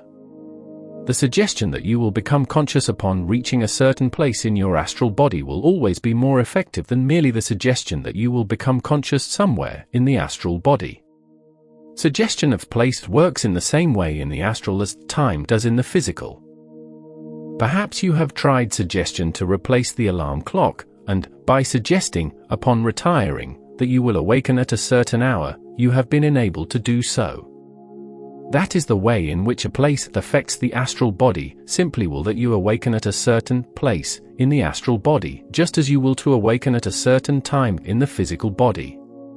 Although the proper kind of dream, the aviation type, will seldom fail to pull out the dream body in practically all cases, the nervous, temperamental person is so susceptible that he will often be projected spontaneously while asleep, and while one temperament can have a dream, not necessarily of the aviation type, but just an ordinary dream, in which his dream body does not move out of the zone of quietude, the nervous type might have a similar dream, and his dream body would move out and enact the dream. In other words, while the aviation type of dream will usually pull out the dream body with all types of people, even an ordinary dream will often project the dream body in the nervous type. When this occurs, one can never tell what the phantom will do, but its action will always be found to sustain some relation to the dream. The phantom may be projected to the very locale which the subject is dreaming about. If the locale is a product of the imagination in a dream, the phantom may find a locale that is similar to the one which the mind created. The phantom may linger about objects which are similar to objects seen in the dream. As an example of this, recall the dream I had in which I was shooting Indians, and, becoming fully conscious in the dream body, I found myself standing near the spot where my shotgun stood, EXP number 11. You may dream of a lake or even of the ocean, hundreds of miles away, and, if the dream body moves out to participate, it may be projected to the ocean, or it may only project to the pond just across the street from where you are asleep. Chapter 9. Action. We have spoken of individuals projecting spontaneously, and have stated that a certain type, the nervous type, often does so. But this is not because of their adaptable temperament alone. The subconscious will must first decide to move the body, for otherwise even the subject of nervous temperament will not project. Recall the fundamental law of astral projection, when the subconscious will becomes possessed of the idea to move the body, coinciding bodies, and the physical body is incapacitated, the subconscious will moves the astral body out of the physical. Of course, it is no trick to cause the subconscious will to move the coinciding bodies, when we are fully conscious and are capable of moving. We do this every day. All we need to do is to suggest to ourselves that we walk, and the subconscious will keep us walking until it receives further instructions. The subconscious will, therefore, is not so mysterious after all, we are using it every day. How can this subconscious will be induced to move the astral body when we are asleep? That is the important question, and I will show presently how it is done. But first, let us do a little reasoning. If the factors which stimulate the subconscious will to action, unintentionally, can be discovered, cannot these same factors be put to work intentionally, and produce the same effect? Of course they can. M. Flammarion once said, "There are two methods of investigation in all scientific problems, that of observation and that of experiment." And that is exactly how the present writer acquired his knowledge of astral projection. By careful observation, analysis, and experiment, during conscious, unintentional projections, I have been enabled to determine those factors which arouse the subconscious will. First, I shall enumerate these factors, next, explain them, and then show how to put them into use, for the purpose of producing projection of the astral body, dreams. 1. Aviation type. 2. Dreams which arouse desire and habit. The projection of the astral body be desire. To possess or do something, not a necessity. 1. Intense desire. 2. Suppressed desire. C. The bodily desires, necessities. 1. Hunger. 2. Thirst. 3. Enervation, lack of cosmic energy. D. Habit. 1. Long-standing habit. 2. Routine. 3. Desirable habit. 4. Broken habit. Some of the factors listed are not as strong as others, as you will learn soon. We have already discussed the first group, dreams, have seen how the subconscious will is activated by them, and have also learned how to use dreams to promote projection. Next we shall discuss groups B, C, D. The subconscious will does not constitute the entire realm of the subconscious mind, the latter is so vast that it can work within itself, so to speak. The subconscious mind can suggest some action to the subconscious will, as it does during sleep, if one of the factors which I have listed happens to come to the surface, or is strong enough to remain at the surface of the subconscious mind during sleep. That is, the suggestion to the subconscious will, to move the body, when we are asleep, comes from the subconscious mind, just as the suggestion, to move the body, when we are awake, comes from the conscious mind. It is the same will that moves the body, regardless of the source or mind from which it takes the suggestion. The only reason why the astral moves out of the physical in the former case, while we sleep, and not in the latter case, while we are awake, is simply because the physical counterpart is incapacitated in the former state. So far as the suggestion is concerned, the subconscious will respond as readily to subconscious suggestion as it does to conscious suggestion. We can readily see that the prime requisite is to impress one of these activating factors so strongly upon the subconscious mind that that mind will retain the impression during sleep. This can be done by way of the conscious mind, by repeated action, as in routine, or suggestion, as in a desire, or, in some cases, by combining both action and suggestion. When we impress one of these activating factors upon the subconscious mind, there often occurs an unintentional projection, while the subject sleeps. Here is the explanation. Perhaps you have formed the habit of going to a certain place. You persist in this habit and, in doing so, you impress it upon the subconscious mind. Now, if this impression becomes strong enough, and comes to the surface during sleep, the subconscious mind suggests that you repeat the action, and the subconscious will is imbued with the suggestion. Other factors being favorable, temperament, inactivity of the physical body, etc., projection of the astral body will result. Students have said that there is spontaneous projection of the astral body, yet there is always some underlying cause. The reason it is called spontaneous is merely because these causes intervened, and conditions favorable to projection were brought about, unknowingly. Ordinary habit and ordinary desire, although they will sometimes bring about projection, in the proper temperament, will as a rule not impress the subconscious mind so strongly. Intense desire and long-standing habit, as you can see, will make a stronger impression upon the subconscious mind, and are therefore more positive. In fact, long-standing habit and intense desire root themselves in the subconscious mind. Suppressed desire and broken habit act similarly. After a habit has been deeply rooted in the subconscious mind, that mind learns to express the habit. That is why it is a habit, it seems to have a desire to express the habit, a determination to express it. That is why habits are so difficult to break, because they are expressed by the subconscious mind, in which they are rooted. Now, if you have a deep-rooted habit, and suddenly break it, the stress of expression becomes intensified in the subconscious mind. You can feel this stress within you.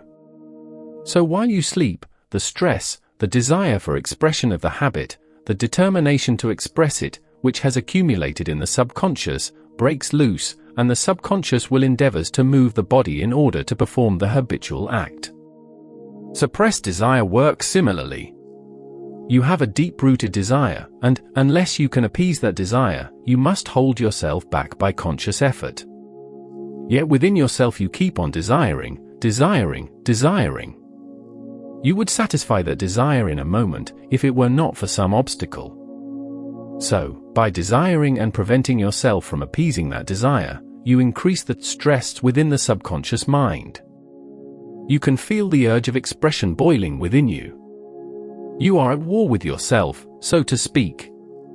The stress of expression becomes so great within the subconscious mind that it bursts forth when you sleep and can consciously prevent it no more. Thus the subconscious will is impelled into action.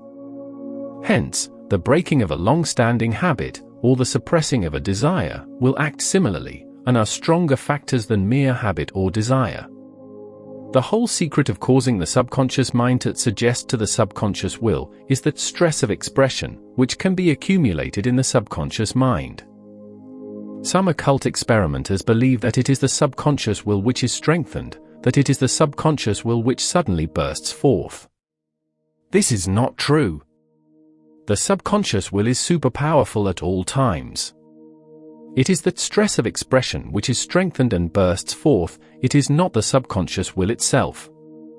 Remember, the subconscious mind and the subconscious will are two different things.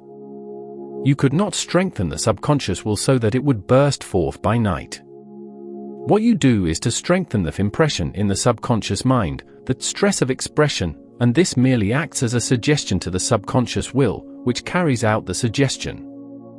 You make the impression, habit, routine, desire, etc., so strongly established in the subconscious mind that it comes to the surface, or remains on the surface, after you go to sleep, and thus acts as a suggestion, which it really is, to the subconscious will. Suppressed desire, broken habit and routine are the three outstanding factors that stress the subconscious mind and cause unintentional projection, provided, of course, other factors are favorable. Routine is any regular course of action adhered to day after day, work, pleasure, etc. If you could watch an unconscious projector during the course of the projection, you would often see that the phantom was following the routine which the subject was accustomed to follow during the day.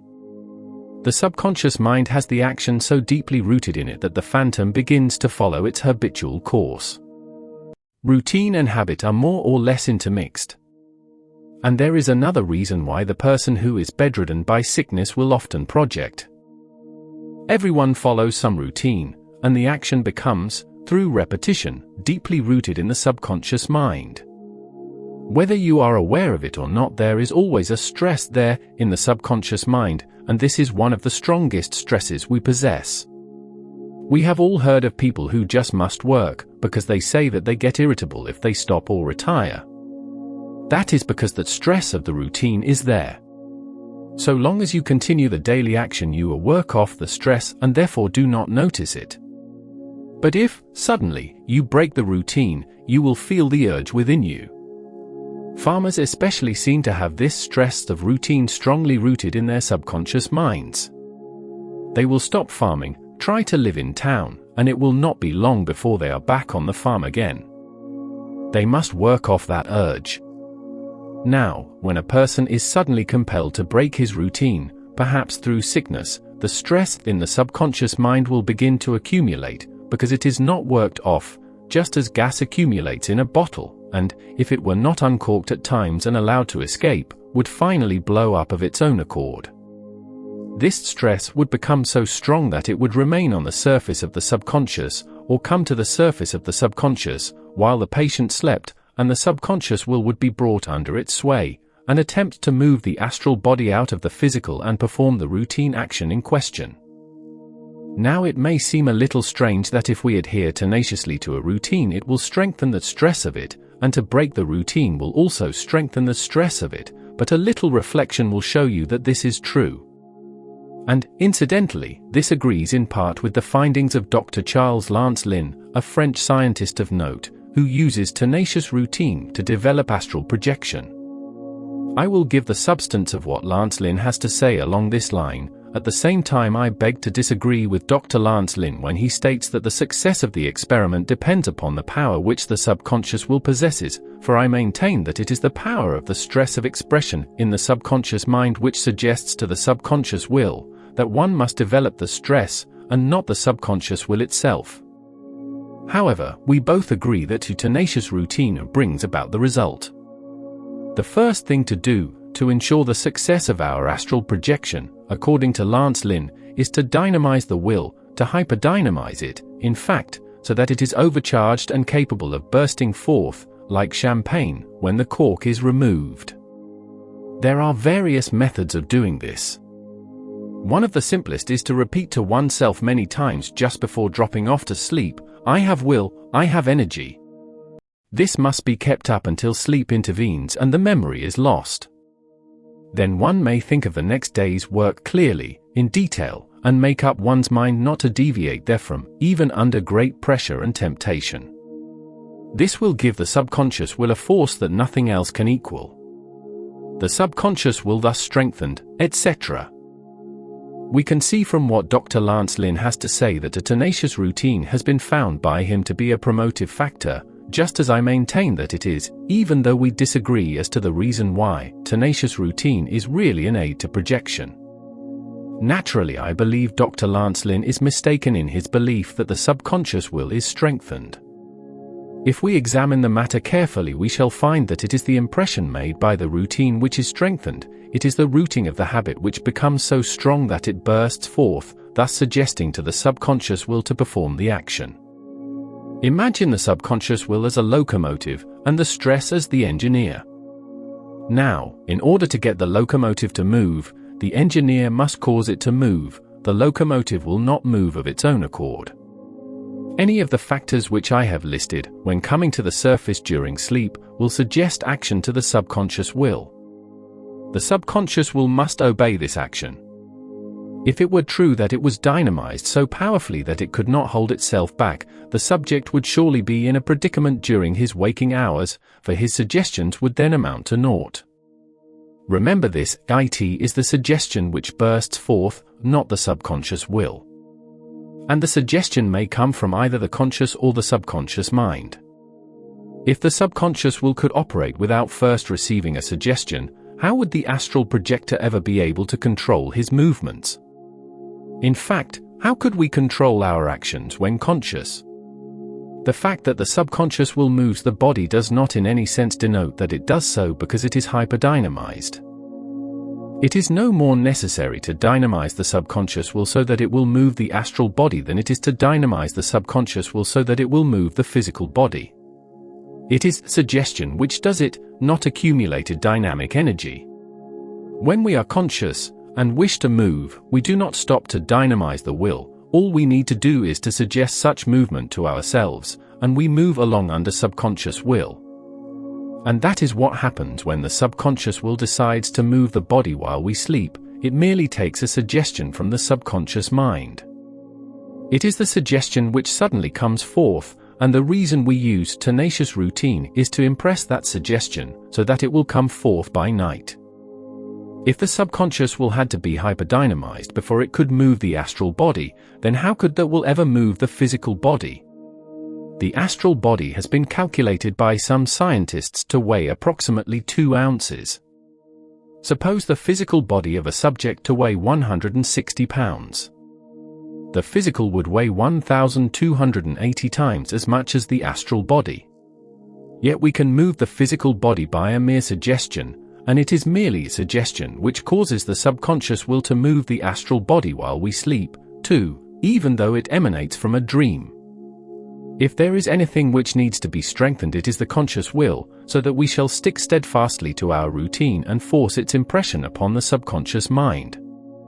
Yet even conscious willpower is not necessary, for we can cause the astral body to move out by an appropriate dream. Everything we do is impressed upon the subconscious mind, and these impressions are constantly suggesting themselves, or at least we can recall these impressions, unless we are victims of amnesia.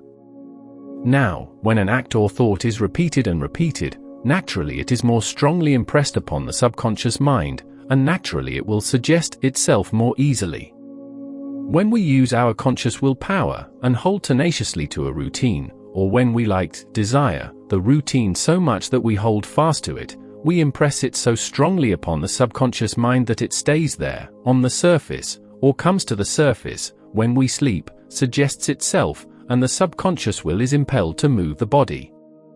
That is the main factor involved, the suggestion being realized in action.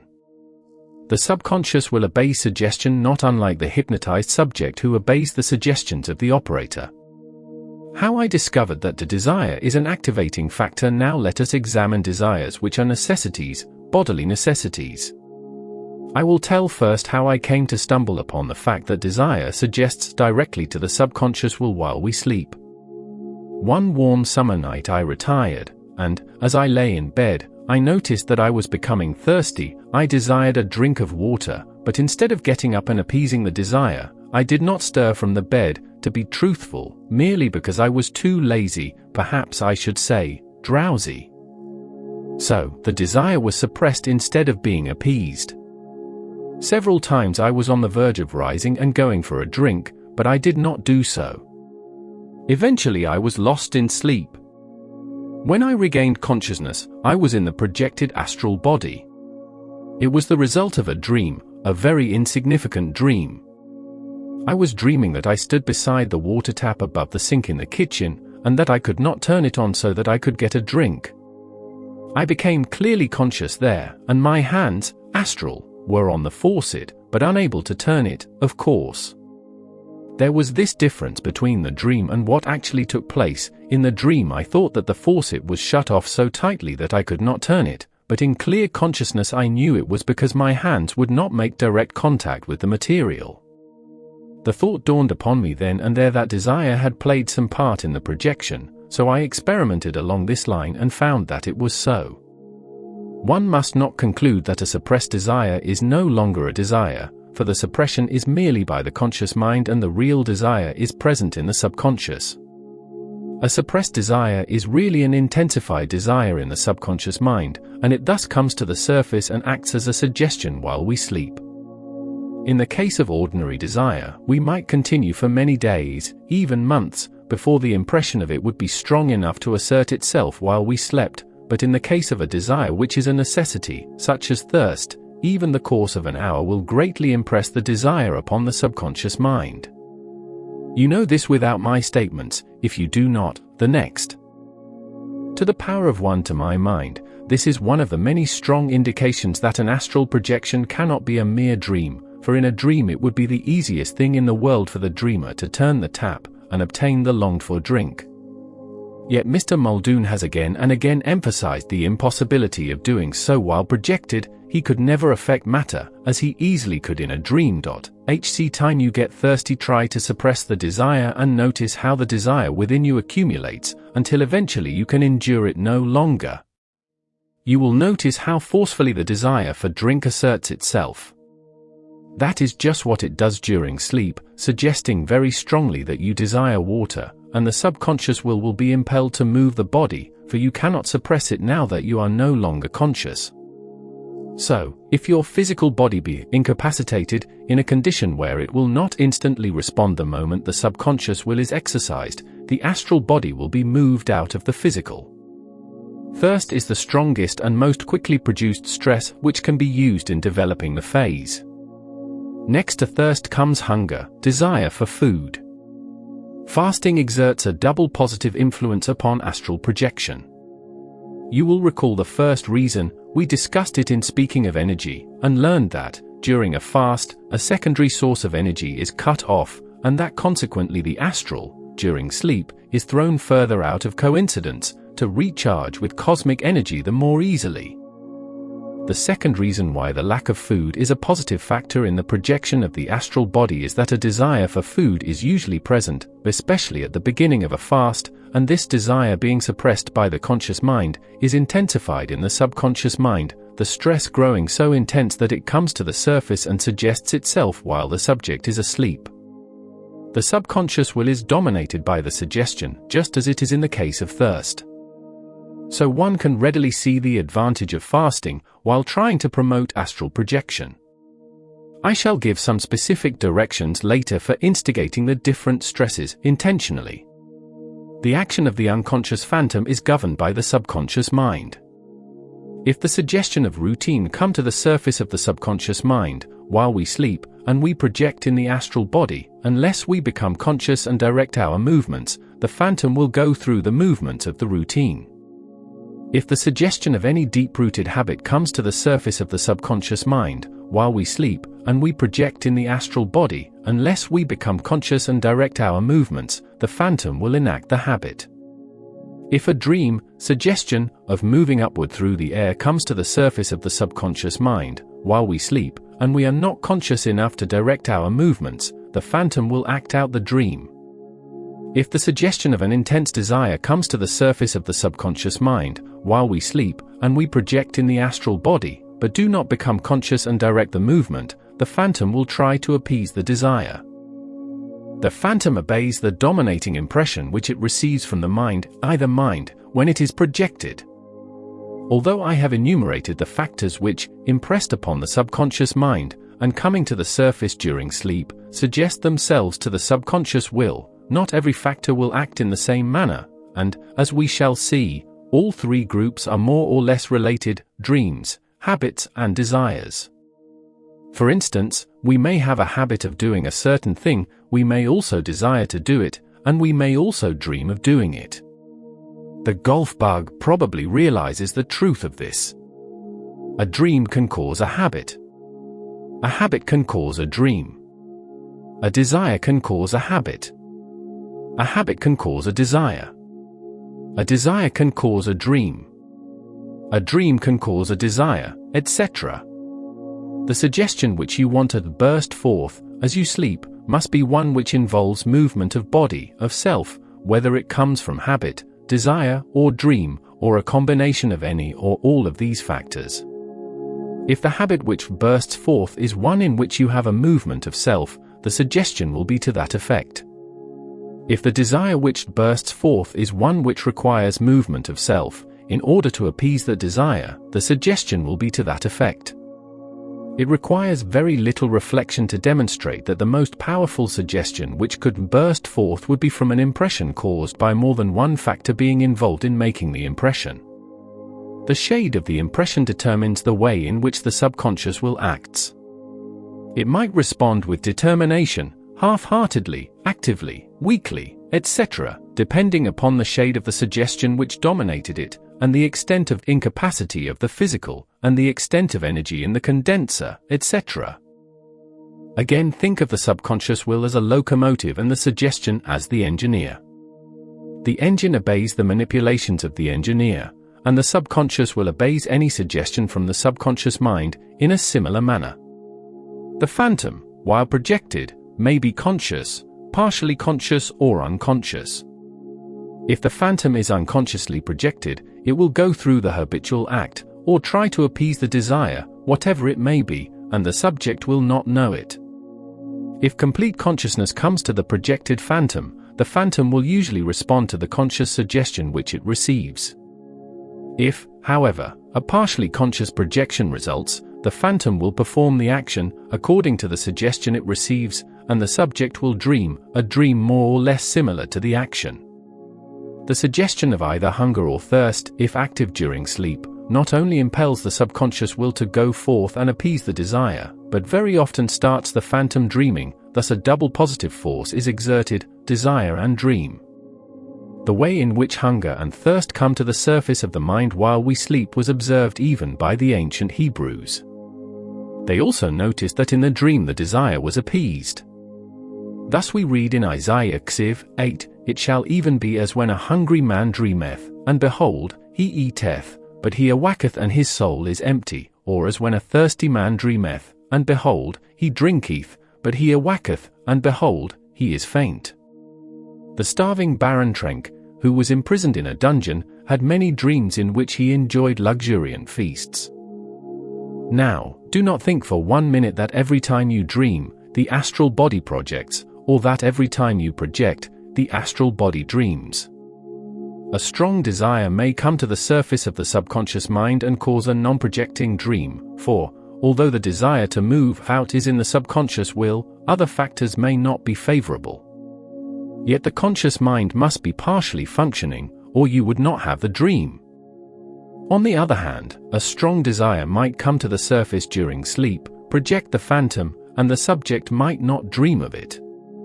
Strong desires and habits come to the surface of the subconscious mind every night, but the conscious mind is not functioning, even partially, so no dream results, yet a projection might result, and this very often happens.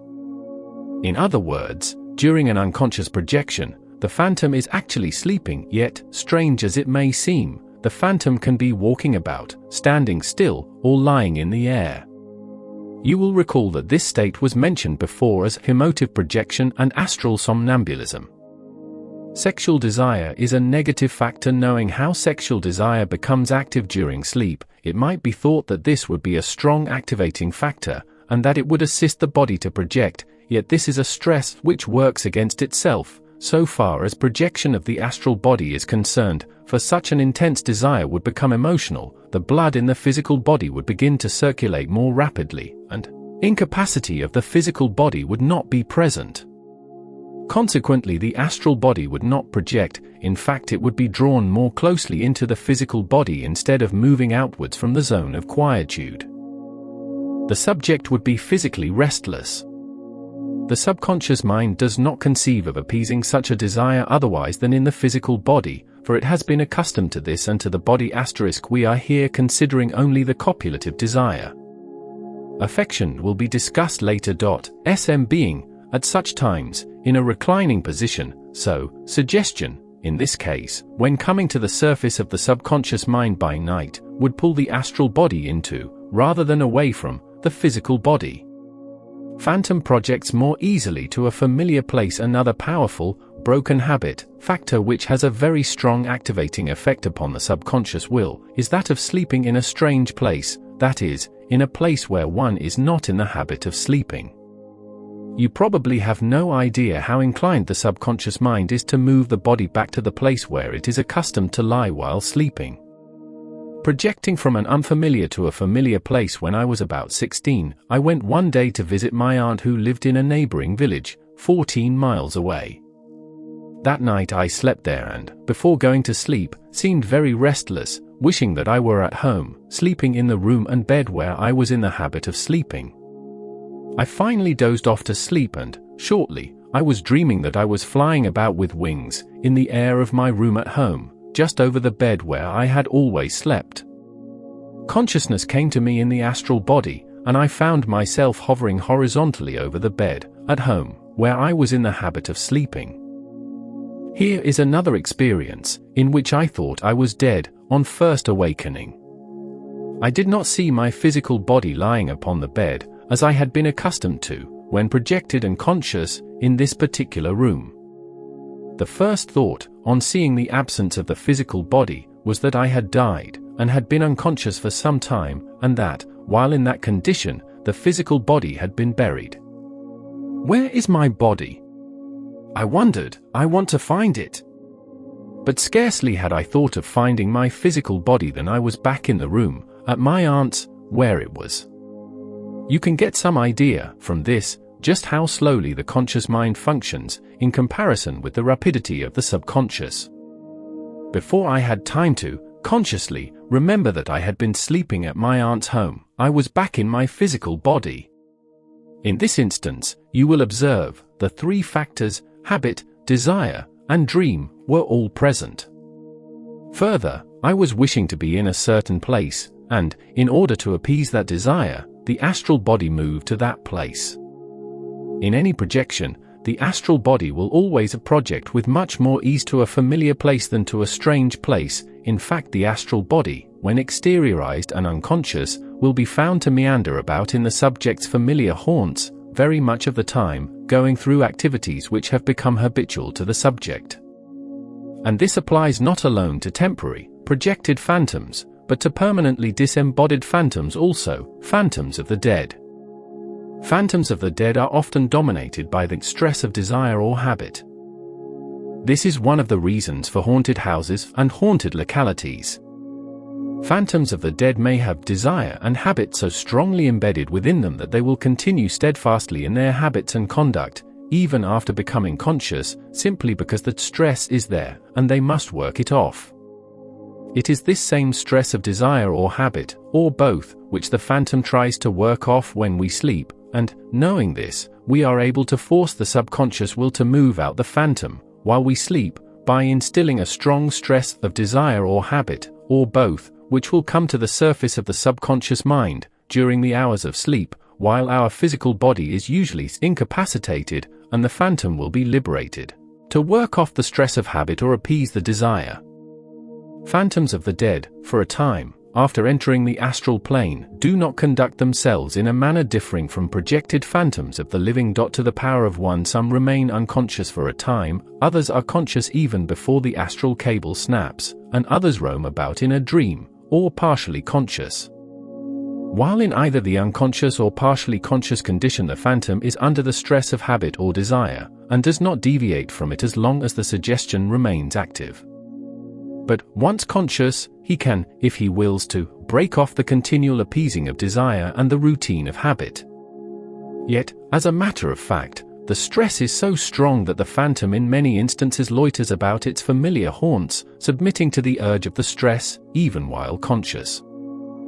After death, habits are unbroken, desires are unappeased, and the stress of them remains. The phantom goes through the process of appeasing some desire which he had in the flesh, or the habit to which he had been accustomed. The unconscious phantom sometimes moves material objects. You have been told that the way in which the subconscious will respond to the suggestion depends upon the shade of the suggestion. Under the stress of deep-rooted habit, routine, the sub to the power of one, the astral plane coincides with the physical plane, just as the astral body coincides with the physical body. SM conscious will becomes, on some occasions, actually determined. It uses powerful motivity in every action, and this motivity, while performing a habit, is much more powerful than at other times. This is the reason why phantoms of the dead, while under the stress of habit, in their accustomed haunts, often move objects which their conscious wills could not move. It is the stress of suggestion which is so powerful and deep-rooted in the subconscious mind, that it produces a strong subconscious will response. The unconscious phantom, under the stress of working off a habit, can sometimes move things which another conscious phantom cannot move, because the conscious will cannot produce the motivity, which the subconscious will can produce, and a single conscious suggestion is not as strong as a deep-rooted subconscious suggestion. Many haunted houses are thus easily accounted for. The phantom whose activities are detected there is under the stress of desire or habit, and that motivity is so strong that detection, by earthly beings residing there, is brought about, and the haunter may be unconscious, partially conscious, or conscious. Many haunted house investigators have noted that certain manifestations occur at certain times, regularly. This is because the phantom is under the stress of habit. Here is an example, a haunter under the stress of a desirable habit. I knew an old lady who lived in a room on the second floor of a house, where she spent the last years of her earthly life.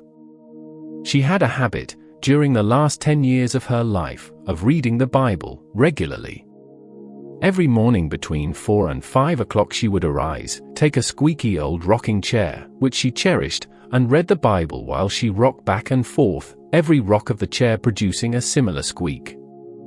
At 5 o'clock she would close her Bible, then go downstairs.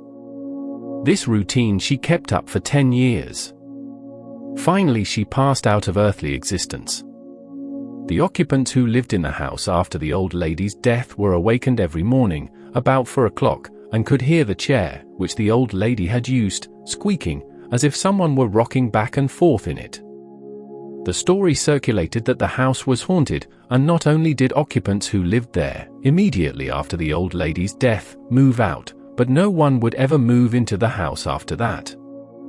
Although the people who moved out were not superstitious, so they said, and did not believe in spirits, they nevertheless insisted that they heard the chair squeaking regularly, between 4 and 5 o'clock every morning. This is given merely to show how the stress of habit in the subconscious mind will grip the phantom, and further, how strong motivity is, under the stress of a desirable habit. The phantom was under the desire to read the Bible and under the habit of reading it regularly at a certain place. An early morning haunter. Here is another case which illustrates how the phantom turns to its regular habits, when projected. An old man, 75, lived with his son and his son's family. All slept on the upper floor of the house, the old man having a room of his own, the husband and wife a room of their own, and the 2 children likewise. The old gentleman was in the habit of rising early in the morning and lighting the stove downstairs. He did this regularly at 6:30 o'clock, not because he was under any obligation to do so, but because he wanted to do it. One Sunday morning, at about this hour, the son awoke upstairs and heard the stove lids rattle on the stove downstairs. He remarked to his wife that his father, the old man, was lighting the fire. Nothing unusual in that, and about half an hour later the son and his wife arose. Going downstairs they found that the stove had not been lighted. Still they knew that they had heard the old man, or at least someone, rattling about the stove at 6:30. The wife, going upstairs to the children's room, told them not to make a commotion when getting up, as their grandfather was still asleep in his room. But the children objected to this, saying that they had heard their grandfather go through the hall and downstairs and heard him rattling about the stove. With the children confirming their former belief that the old man was already up, the son and his wife went to the old man's room. He was lying as if asleep, but examination proved that he was dead. A doctor was immediately summoned, and stated that the old man had been dead at least 5 hours. So they concluded that it could not possibly have been he, the old gentleman, whom they had heard and whom the children had heard. Cases similar to this are numerous and on record. The projected phantom was under the stress of habit, and the motivity in such a case is powerful. I shall come back to this subject, of how the phantom may move physical objects, later. The factor enervation in the list of factors which incite the subconscious will to move the astral body may be found enervation. There is no need to go into a study of this factor, for we have already learned that enervation, lack of cosmic energy, causes the astral to move further out, into the cosmic stream of energy, during sleep. We have learned that subjects of nervous temperament move out more quickly, further, and more easily. Enervation is really a bodily condition. It is an aid to projection of the astral body. Now, if you repeat to yourself over and over again, I have energy, I have energy, I have energy, day after day, as some authorities maintain that you should do, to promote projection, instead of aiding projection, you are actually binding your astral body tighter to the physical, for the more energy you store up, the less inclined will the astral condenser be to move to a greater distance during separation. If the nervous temperament be the best suited to projection, then is it not inconsistent to say that to build up the energy is the best method of attaining projection? Surely it is. It is lack of nervous energy which makes the nervous temperament, and to build up one's energy by any means is only to draw the subject further away from the end desired. The astral body does not separate from the physical body at night, during sleep, because it has too much energy, but because it has not enough. That is the reason why we go to sleep. If it were strength of will and accumulation of energy which caused projection of the astral body, the sick person would be unable to project, but this is precisely the opposite of the known facts. Now I have the greatest of respect for all of my contemporaries in this field, but I believe that their theories of good health and accumulation of energy are honeycombed with inconsistencies, and I am dogmatic in my subconscious stress theory.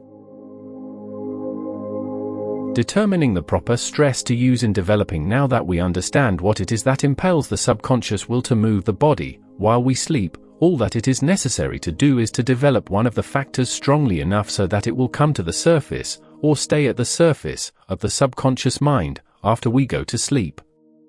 In choosing the factor one wishes to use, one should not select the first one he thinks of, but should first of all resort to analysis, and see if it be the factor suited to his individual case, one which would not be too difficult to develop in the subconscious mind, one which would be in harmony with the laws of projection, and one which he has already strongly developed, instead of creating an entirely new one, etc. Ask yourself questions such as the following: have I a desire which I dream of appeasing frequently, or which grips me forcibly in my waking hours? Will it require movement of the astral body in order to appease it? Is it a sex desire? If so, do not use it, it will not permit passivity of the physical body. Is it a desire for revenge directed against someone? If so, do not try to develop it. Have I a habit which I like? Is it a desirable habit? Do I dream of it frequently? This merely shows you that it is strongly rooted in the subconscious mind and suggests itself while you sleep. Is it part of my routine? Do I dislike my routine? Etc.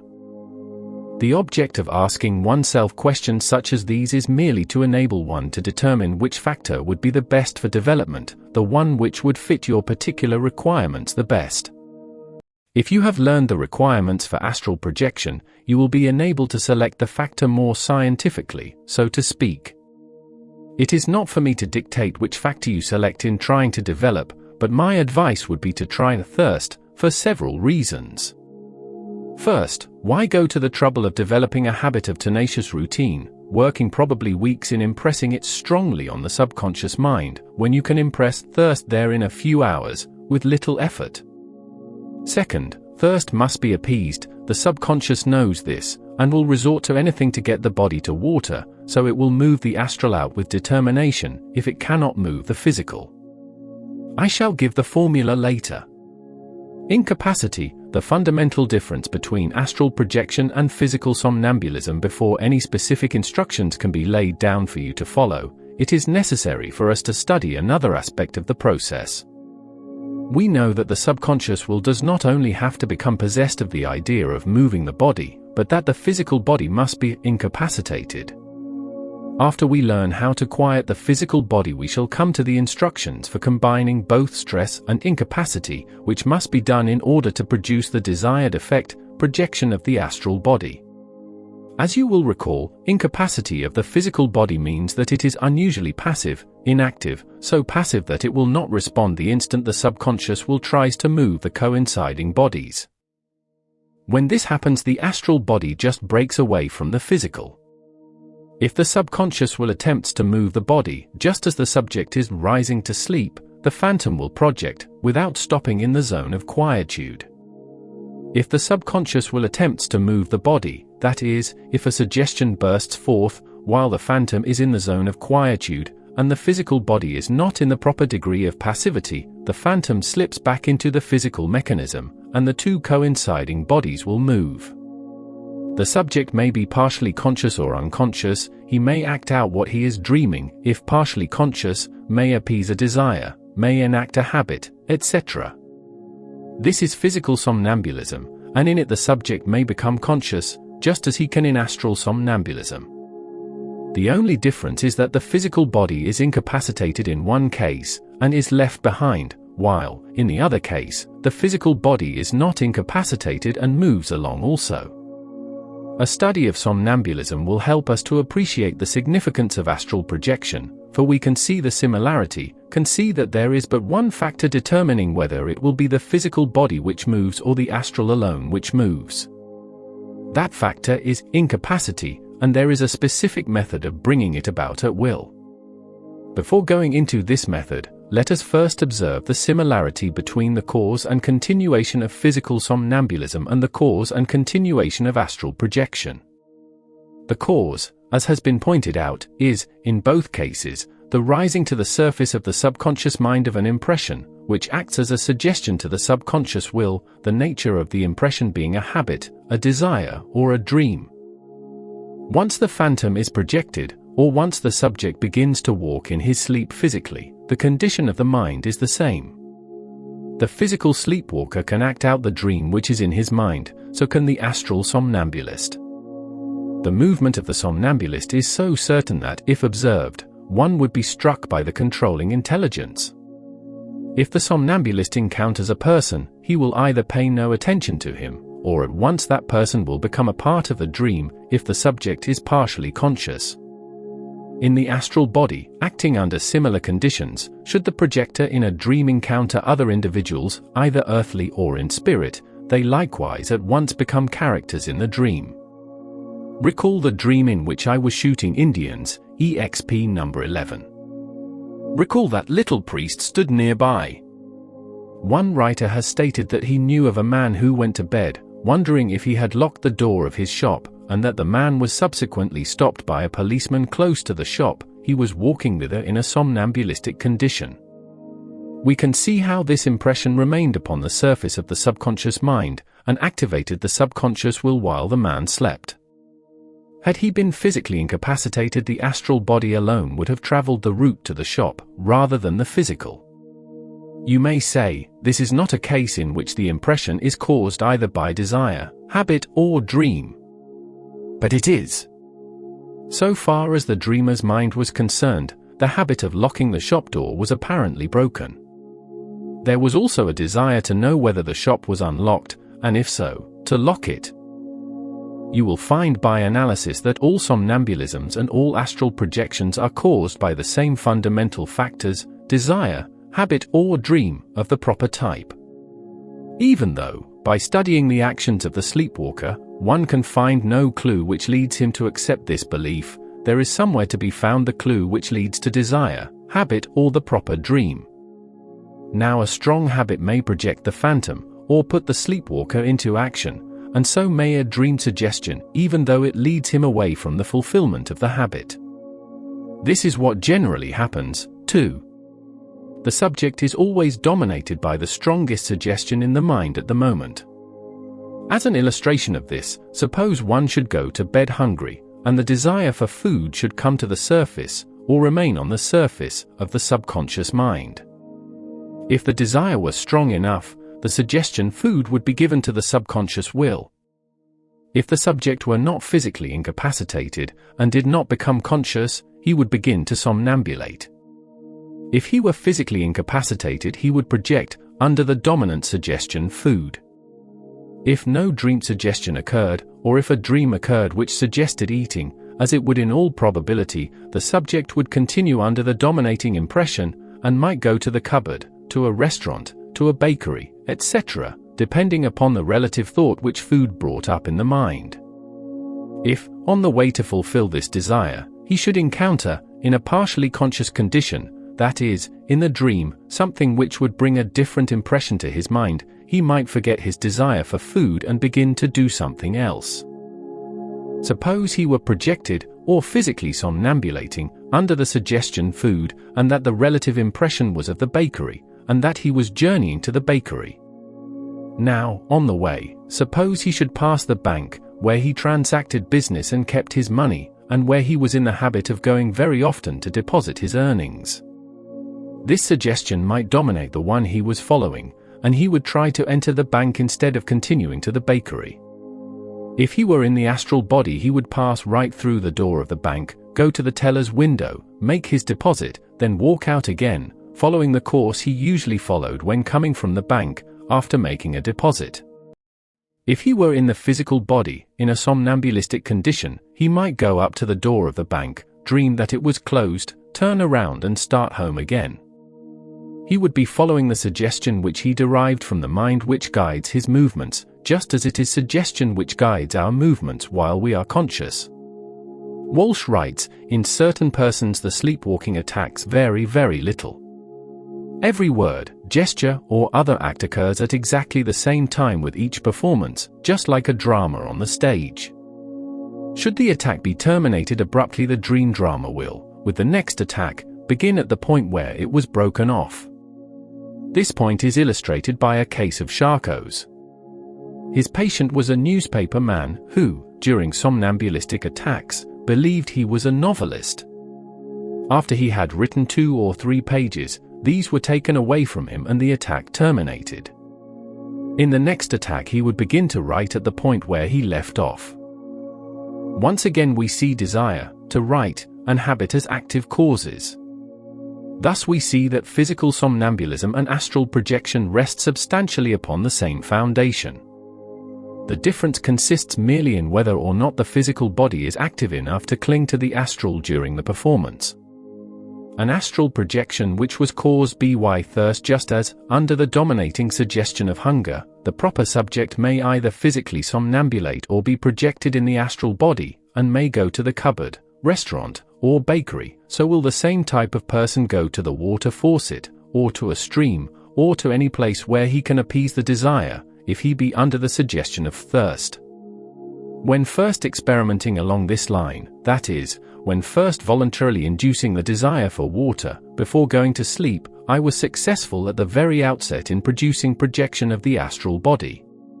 To strengthen the desire stress, I would prevent myself from drinking for some time before trying the experiment, and at the same time aggravate the desire by thinking of drinking, gazing at a glass of water, putting it almost to my mouth, and then refusing to drink it. Before retiring, I would force myself to swallow about 1/8 of a teaspoonful of salt. This was an ordeal, as you may well imagine, but think of the stress which was put upon the mind by doing this. Imagine the desire for drink which was accumulating even after sleep intervened. The first projection, by means of this method, in which I became conscious was a dream projection. I dreamed that I was walking along a dusty road. It was a sweltering hot day. I was thirsty, but could find no place to get a drink.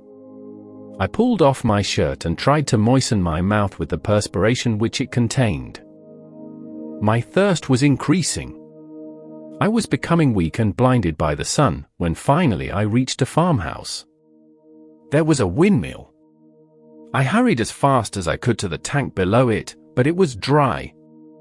I looked up at the wheel above me and saw that it was not turning, and, knowing that it would pump water if the wheel turned, I began to climb the structure, intending to stand upon the platform at the top and turn the wheel by hand, and thus pump some water into the tank, then descend and drink it. I began to climb up the ladder of the windmill. Just as I reached the top, the wheel began to turn rapidly and, catching my clothing, threw me outward through the air.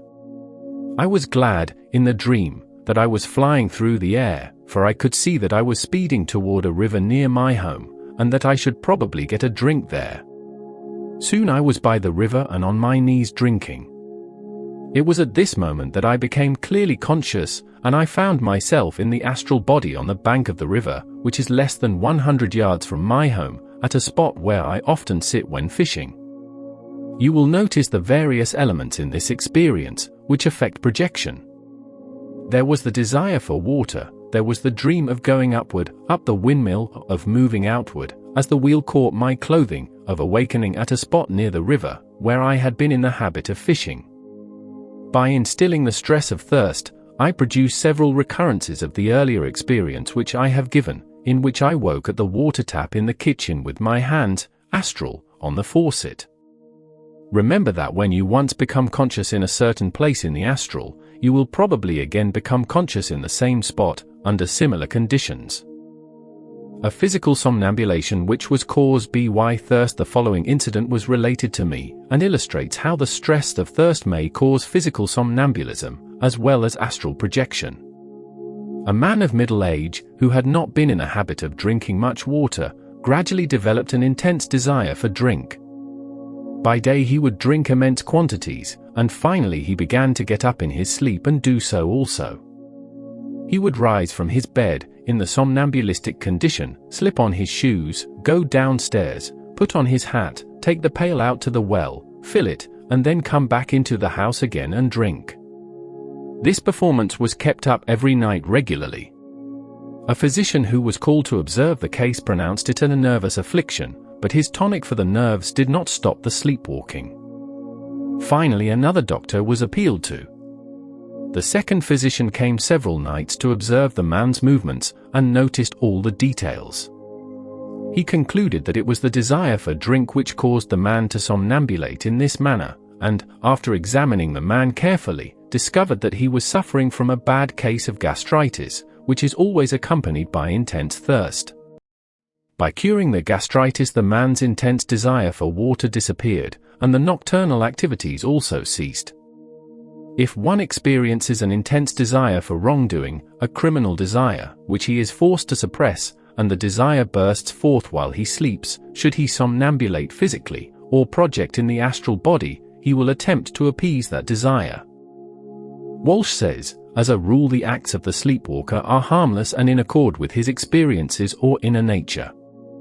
Somewhere I have read of a clergyman, a most upright character by day, who by night was a thief, and of another individual who resembled Mr. Hyde, made famous by Stevenson.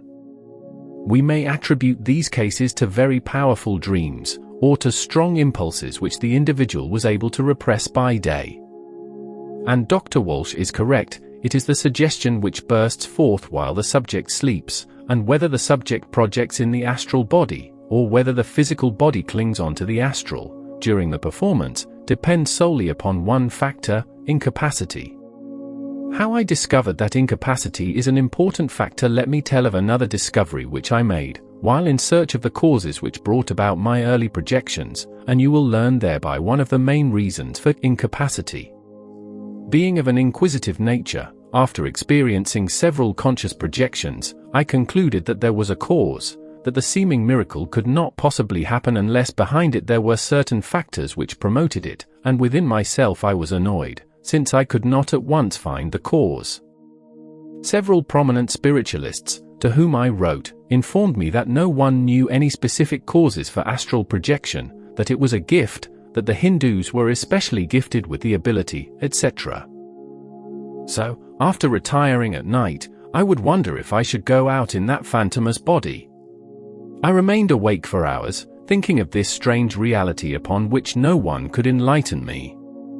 I would drift into the hypnagogic state, visualizing projection, thinking projection. In fact, the experiences which I had encountered seemed to have gripped my every thought after I went to bed at night.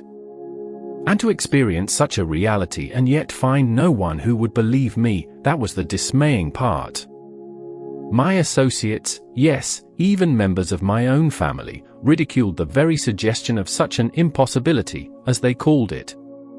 I was pronounced a dreamer, and said to be off in the upper story. The scorn which I received from others hurt me. I would cry, often, after going to bed, to think that no one would place any credence in my claims. If I could find the causes, I reasoned, and could make them known, perhaps others would believe in the phenomenon. So, within me, arose a determination to learn what brought about the projections. You have already been made familiar with some of the findings which I then made. This is how I made the discovery that incapacity of the physical body is essential. One night I lay awake in bed and had been concentrating, in a quiet mental mood, upon different parts of my body. My mind came to rest upon my heart. I noticed that it did not seem to be beating at the speed it should, when normal. Next day I went to the doctor and had the organ examined. It was beating but 42 times per minute, but was steady.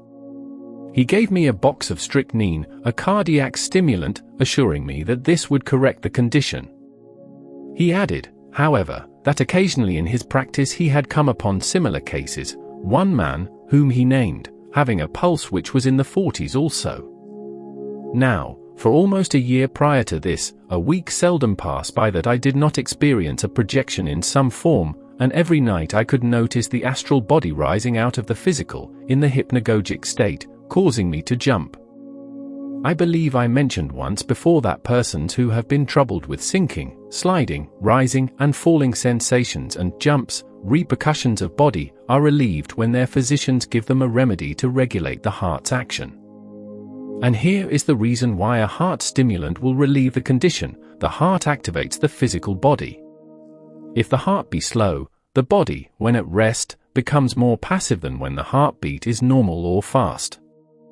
The astral body always withdraws into the zone of quietude during sleep. When the physical body is normally active, the astral cannot withdraw until it becomes passive.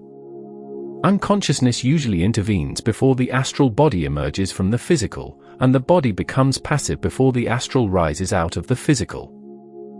Now, if the heart be below normal, the physical body becomes passive enough for the astral body to move out of it shortly before consciousness is lost, and the subject notices the astral body's movement. Give the subject a cardiac stimulant, and the physical body will not become inactive enough to allow the astral to rise until long after unconsciousness has intervened, and, further, the stimulant holds the astral body very near the physical body. Recall, now, what was said regarding enervation. When the astral condenser is run down, the astral moves out of coincidence more rapidly than when it is holding a fair amount of energy. That is why the subject who is nervous, lacks nerve energy, experiences symptoms similar to those of the subject whose heartbeat is below normal, when entering sleep. A heartbeat below normal has the same effect as enervation. It allows the astral body to move out of coincidence before the subject has lost consciousness. Imagine what would happen if the subject were lacking in neuric energy and possessed a heartbeat which was far below normal at the same time. Well, that is just the condition which I was in. I stated that before taking the cardiac stimulant, which I procured from my doctor, I had experienced a projection in some form almost every week, and the primary stages of projection every night. No sooner had I begun to take the heart stimulant than all trace of the phenomenon disappeared, even the primary stages. I gave this a thorough trial, taking the pellets for 2 months, and became firmly convinced that passivity of the physical body is a necessary requisite for producing the phenomenon of astral projection. I stopped taking the pellets. In a few days I observed that the rate of my pulse was dropping, and it was not long before I was again experiencing the things I had formerly experienced. Then I made another discovery. I could control my pulse rate by means of my mind. After retiring and relaxing, I would concentrate upon my heart, and, in less than 2 weeks I could speed up the heartbeat or slow it down at will. It was not long before I succeeded in keeping the heart at its normal rate, without the use of the stimulant, but the ability to reduce the pulse rate also enabled me to induce complete incapacity of the physical body at will. I shall later on give you the instructions for doing so, in order that you too may be enabled to induce this necessary condition. Some positive minor factors, but while realizing that the 2 major factors of astral projection are proper stress of suggestion and physical incapacity, you will, while concentrating upon these essentials, realize that there are numerous minor factors which contribute to the 2 major ones, and will learn to include every possible promotive element. I shall now enumerate some of these, and you will no doubt be able to think of others. The correct temperature for the experiment is extremely important.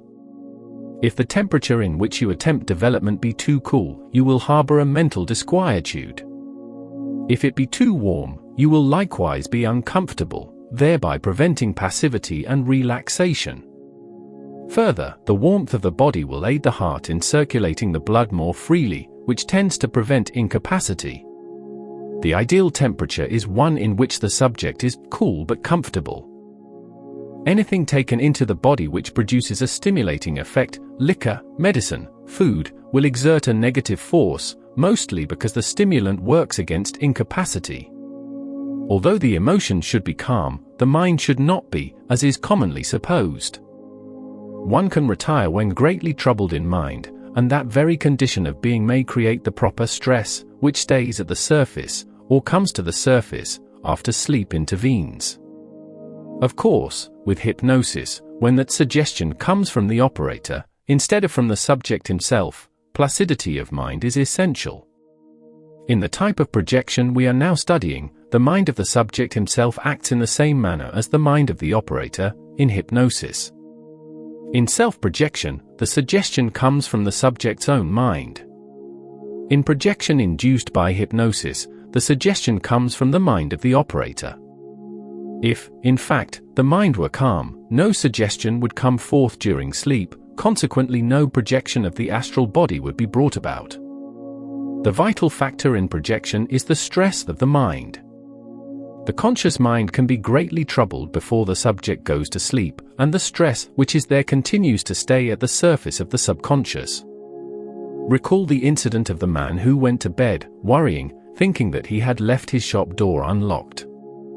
This stress remained on the surface, even after he had gone to sleep, possessed his subconscious will, and he arose in his sleep and went to the shop to lock the door. If you have formed the opinion that the mind must be calm, in order to produce projection of the astral body, you will be forced to revise this idea, for passivity of mind is a sure way to prevent projection. The sleeping quarters in which the subject sleeps should be far from disturbing noises. Noises have a tendency toward interiorization and physical alertness. There is nothing new in this assertion, for everyone knows that when a sleeper is to be awakened, noise is one of the surest ways of arousing him.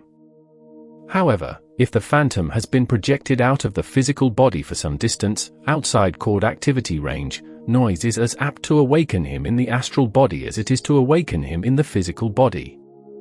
In attempting development, however, the subject is not apt to make a complete long-distance separation at first, and therefore sounds are undesirable. I have noticed that it is the unusual sound which usually awakens the phantom. The tick of a clock, the drafting of a stove or furnace, sounds which have become familiar and pass unnoticed, do not seem to affect the experiment. Naturally, a country environment is more suitable to the experiment than a city environment, in so far as that sound element is concerned.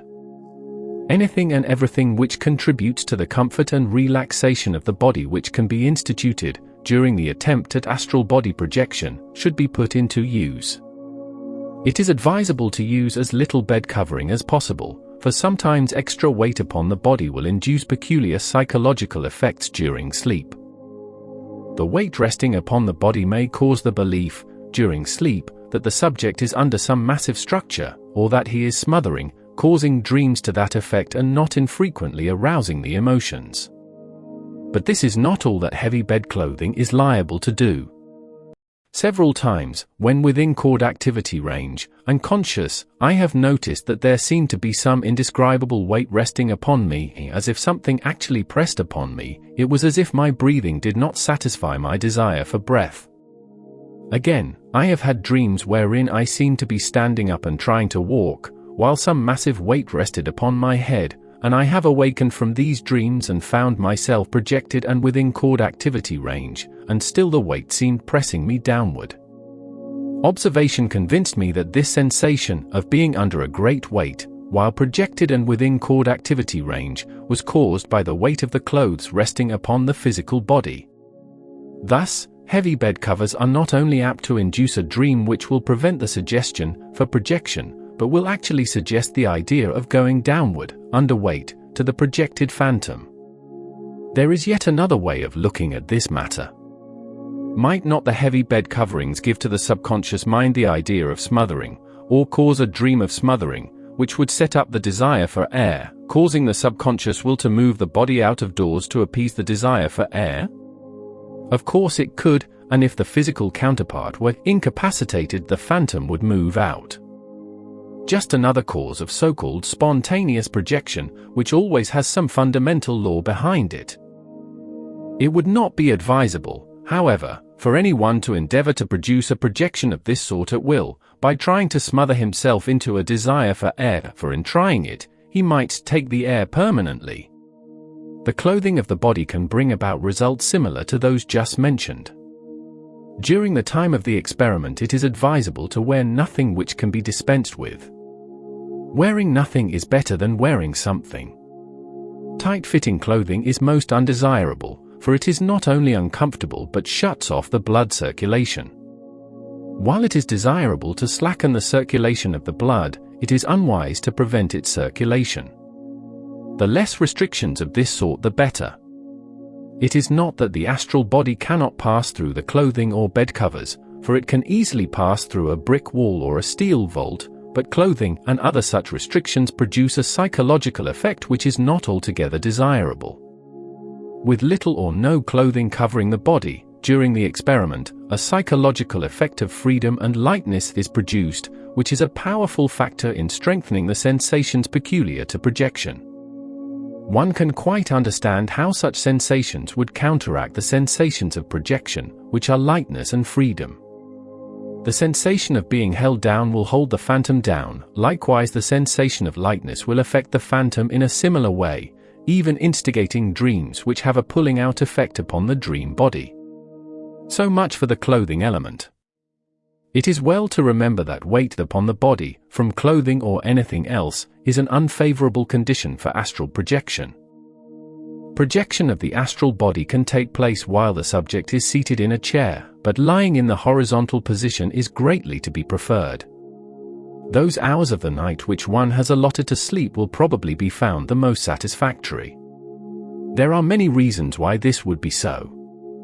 When you retire at night, you put away thoughts of worldly activities until the next day, whereas, if you attempt projection during the day, you will say to yourself, "I just lie down for a while and see what I can do, then get to my work again," etc. There are so many reasons for practicing the phase at night rather than during the daytime, that it would seem almost a waste of time to try to enumerate them all, and they should be self-evident by now. At night there are not so many influences to distract your attention from what you are concentrating upon, and you will find that you can think of self, which is important, with much more ease at night than during the day. Although projection of the astral body can take place at any time, I have noticed that, as a rule, it occurs several hours after the subject has been sleeping, and usually after midnight. It is only natural that this should be so, for during sleep the physical body becomes less active. Further, the outside world is more liable to be in a state of quietude after midnight. One of the most certain ways of ensuring the projection of the astral body, and especially a projection which is conscious from the outset, is for the subject to go to sleep several hours, and then begin to project in the astral body just as he is becoming conscious, that is, while he is in the hypnagogic state emerging from sleep. This is the time when astral catalepsy is commonly met with. It is often several seconds before one can move, physically, when in this condition, first, because the physical body is very passive, second, because the phantom is cataleptic, and third, because the smotivity may be outside the body. This is a favorable time for conscious projection, which, of course, can be brought about by suggestion. Lying upon the right side or upon the back are the two positions best suited to astral projection, although it can take place regardless of the position of the body. Lying upon the back has always produced the best results for me, and you will probably find that this position is especially favorable if you are trying to produce exteriorization in the hypnagogic state on entering sleep. The sensation of floating and of rising upon the air are more easily produced by lying upon the back. One reason for this is that the blood is prevented from circulating freely along the spine, with its many nerves, thus deadening one's feeling of contact with the bed. The sensation, regardless of where it primarily originates, is decidedly what is wanted for producing astral body uprising, provided, of course, you enjoy the sensation. You will notice, too, that while lying upon the back it is easier to note the sensation which is produced when the astral body moves into the zone of quietude. Many people cannot go to sleep while lying upon their backs for this very reason, because they have the sensation of floating just as they are about to lose consciousness, and have slight repercussions. Many people, when undergoing this, will ejaculate a more or less distinct word or syllable concurrently with the repercussion, and will have a breathtaking feeling in the pit of the stomach. Terrifying as the experience may seem to the subject at the time, it is usually amusing to him afterward when he thinks it over. Others become so terrified that they will jump out of bed before they can stop themselves. There is on record the case of a woman who experienced the astral body's movement as she was rising to sleep, and repercussed with a shriek. She jumped out of bed and ran outside before the terror left her.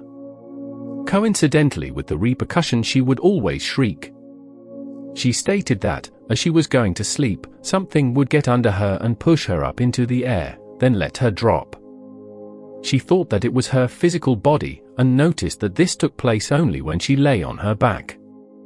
What actually happened was this: the lady experienced the movement of the astral body as she was about to go to sleep. This frightened her and she repercussed with a shriek. She ran outside, she said, to get air.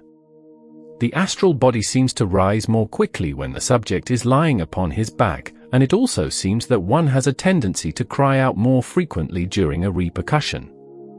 Hey! Wow! Ouch! And oh! Our utterance is likely to be shrieked out at such a time. Another common sound is as if one had been struck a vigorous blow on the abdomen, so vigorous that it forced the air through the vocal cords, causing a loud grunt. If you are one of those who just cannot sleep upon your back, because of unpleasant sensations such as those mentioned, there is a good chance that you will experience conscious projections. But you must suggest to yourself that you like the sensation, and practice projection as you are entering sleep, e.g. by means of the elevator dream. It is not as easy to achieve success if you lie upon the left side or upon the stomach. Repercussion noises, slight repercussions, accompanying natural sleep, or even the more severe repercussions, like those experienced in falling dreams, will often be accompanied by a peculiar noise which seems close to the ear or inside the head. A very common one is pop, as if a toy balloon burst close to the ear. Another is a loud sizz, and sometimes a sound inside the brain, causing that organ to vibrate. Another is a crackling sound, not unlike the noise made by an electric spark when the positive and negative posts of a battery are touched together. This sound is often heard just at the takeoff of a projection, as well as at the moment of recoincidence, and seems to be in the head, near the back part of the skull. Still another commonly heard sound, at the time of recoincidence, is a zing, as if a string were tightly drawn through the head and then struck, as one might strike the strings of a guitar. At other times the subject may hear a distinct word uttered, it seems very close to the ear, and even, at times, as though the word were spoken right inside the head.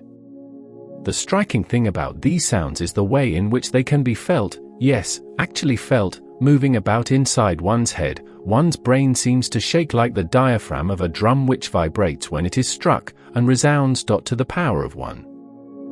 On one occasion I was projected and was standing about 10 feet from my physical body. A dog began to bark, in the street. I heard the dog barking with my physical ears, but could feel it in my astral head. This is very difficult to explain, but is precisely what occurred. It was as if my ears had been projected, and I could feel the sound of the barking inside my astral head. You may have heard of persons who could smell color. Sounds, too, can evoke colors. Carrington has touched upon this subject in his book, Higher Psychical Development.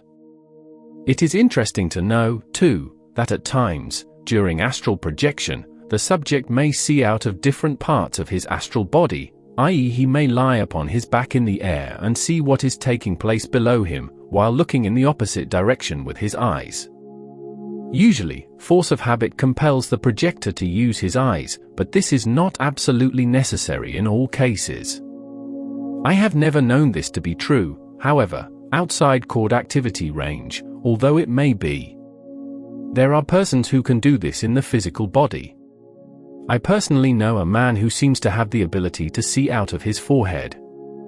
A. J. Davis, in commenting upon his first experiences along this line, says, "Having tightly secured my bodily eyes with handkerchiefs, he, the operator, then placed the book on a horizontal line with my forehead, and I saw and read the title without the slightest hesitation." This test, and many experiments of the kind, were tried and repeated, and the demonstration of vision, independent of the physical organs of sense, was clear and unquestionable. Lombroso and others have recorded many cases in which persons have been able to see by way of the solar plexus, completely independent of the physical eyes.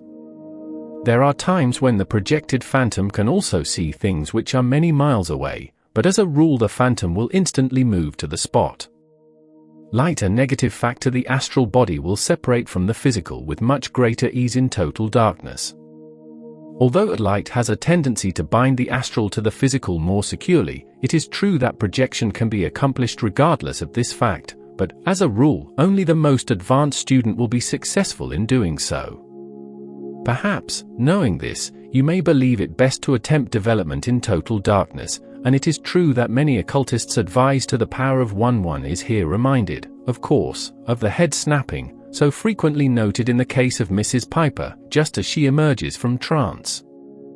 This has been discussed at considerable length by various researchers, in the proceedings and journals of the SPR, and elsewhere. See this, but, for my part, I should never offer such advice, for there are many reasons why total darkness is not the most suitable condition for the amateur. Perhaps you will say, "Oh yes, I know why. It is because one wouldn't be able to see if one were exteriorized." No, that is not the reason, for once you are exteriorized, and your sense of sight working, the room, which was dark to your physical eyes, is no longer dark, for you are using your astral eyes, and there is a foggish light everywhere, such as you see in your dreams, a diffused light we might call it, a light which seems none too bright, and yet is not too dim, apparently sifting right through the objects of the material world. Have you ever gone to sleep in total darkness, then awakened, and not been able to comprehend where you were? Do you recall what an unpleasant effect the bewilderment of the situation had upon your mind?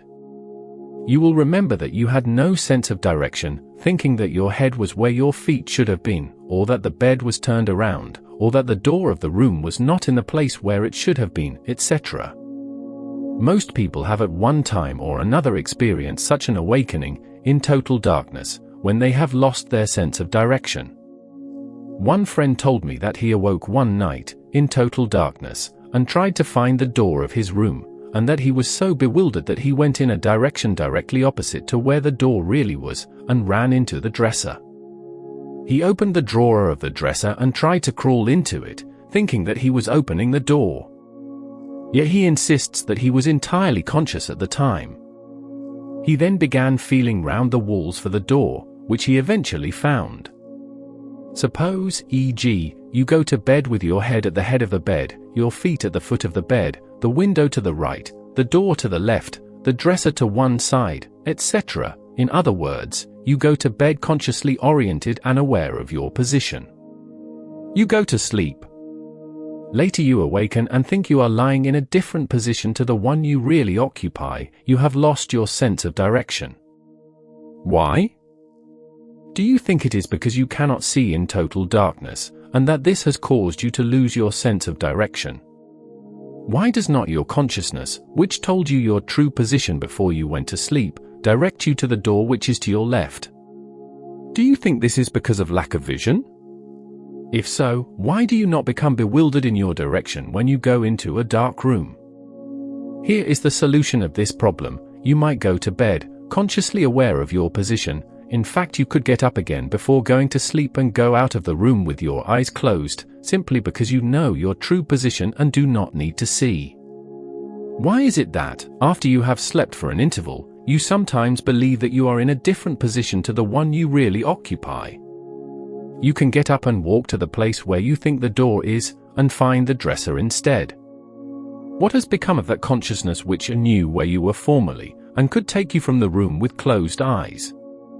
Well, this is what happens oft-times. When you go to sleep, the astral body rises out of the physical, and can lie at a different angle than the physical. The senses, during sleep, are keen, and impress the fact upon the mind that the body is lying at a different angle. When you awaken, in the physical, the impression made by the astral body having been at an angle to the physical is in the mind, and of course you think that you are lying at a different angle than you really are, and, being unable to see, you cannot prove or disprove the matter.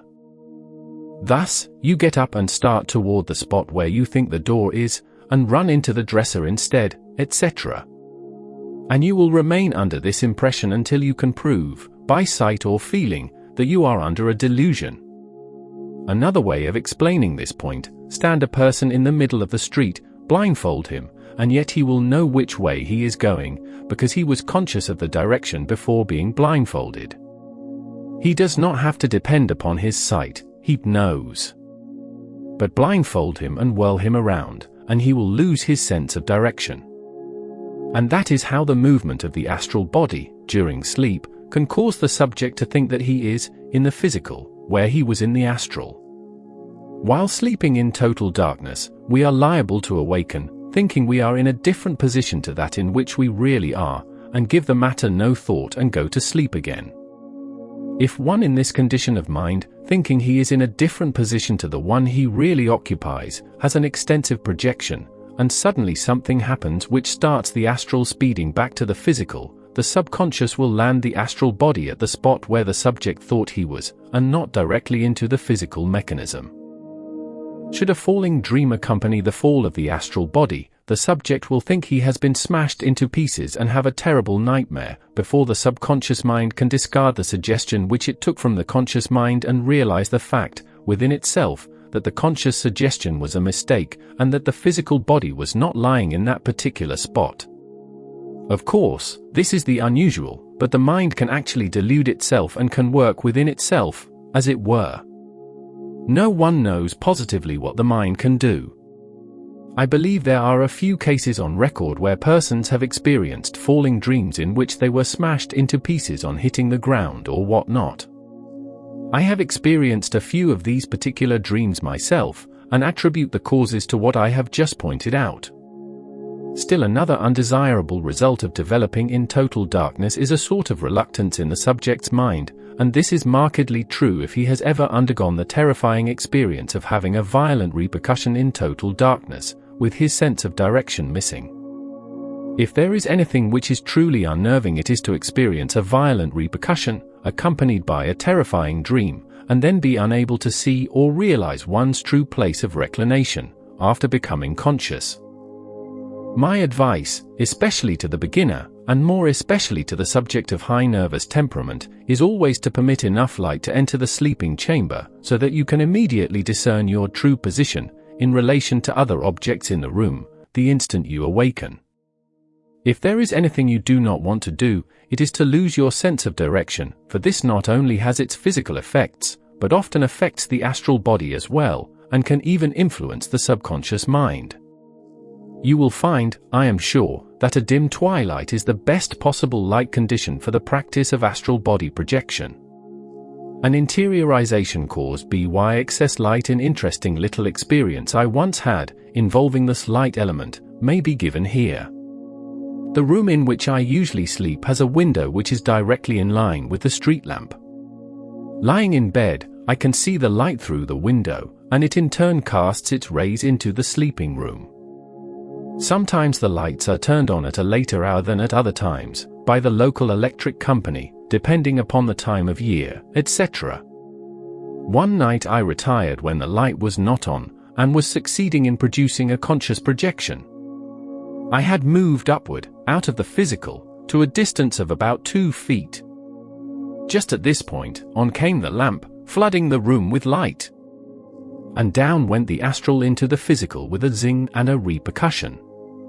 I believe that this was the longest zing sound I ever heard, and it felt as if my brain, inside my skull, were trembling, as if I could feel the noise. Have you ever heard the steel run along the length of the string on a Hawaiian guitar? That is exactly like this sound, which often accompanies interiorization. From this you can see the detrimental effect of too much light. It might be of interest to add, here, that many people who suffer from nightmares have found that, by sleeping in a lighted room, they have been able to avoid them. So much for the light problem.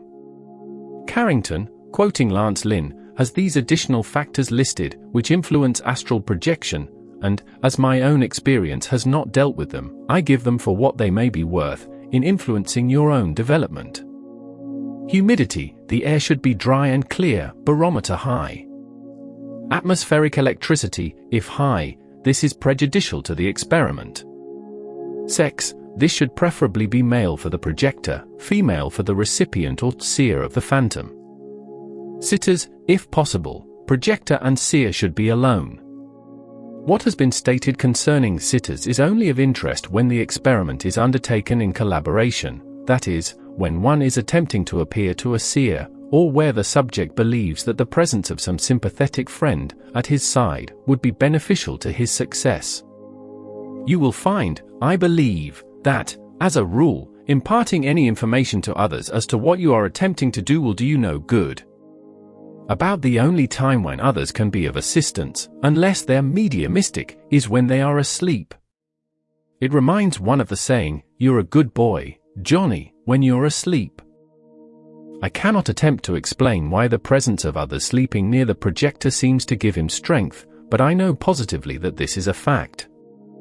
And I also know positively that the presence of others, awake and near the projector, unless they are mediumistic, tends to exert a repelling force to projection, regardless of how quiet they may be.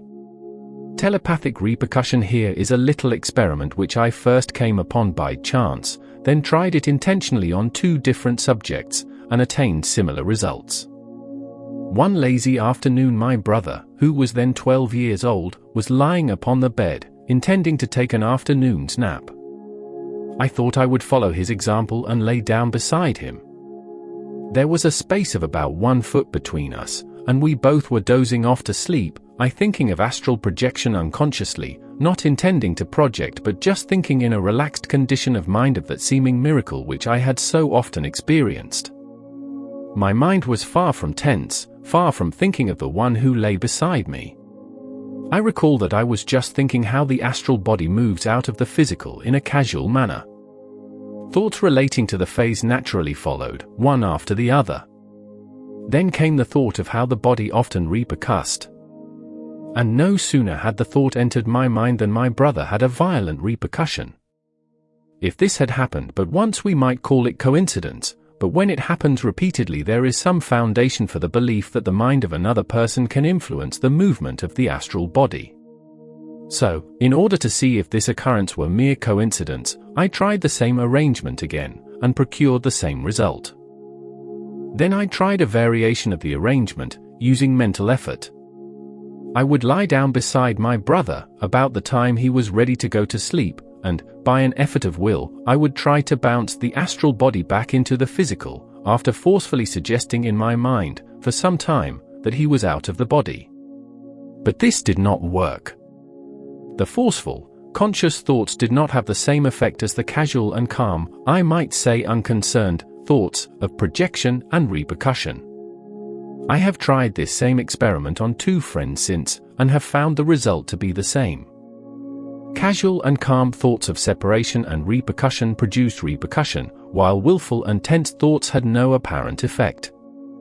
It is possible that the subject, while going to sleep, was in a receptive mood, and that the rising of the astral body into the zone of quietude, being in harmony with the thoughts issuing from my mind to that effect, brought about an attunement in which the mind, in the astral body, received the impressions from my mind, by telepathy, and that, when my thoughts turned to repercussion, the astral body would fly back into the physical. I am firmly convinced, for my part, that almost any 2 people can produce this repercussion, by doing exactly as I have said, and if the subject, attempting astral projection, wishes to have some sympathetic friend try to assist him, I believe that this would be the best possible exercise to attempt first, as it registers, we might say, when the minds are in attunement, and thus the 2 are able to find the route to more extensive experiments. I will give the exercise again, precisely as it should be followed. The subject and his helper should lie side by side upon the bed, or wherever the experiment is to be tried. It is best to attempt it at night, when one really intends going to sleep. The subject must not think of what is being done, merely going to sleep in a natural way. The assistant centers his mind upon the fact that the astral body of the subject is rising out of the physical body. There must be no tension in the mind of the assistant, he must merely visualize, in an unconcerned manner, the astral body of the subject moving out of the physical to a distance of 3 or 4 inches, just as the subject is rising to sleep, and he must not try to force the thought, allowing the vision to bring its own relative thoughts, which concern the astral body, and eventually the thoughts of repercussion. At this last thought, the subject should repercuss.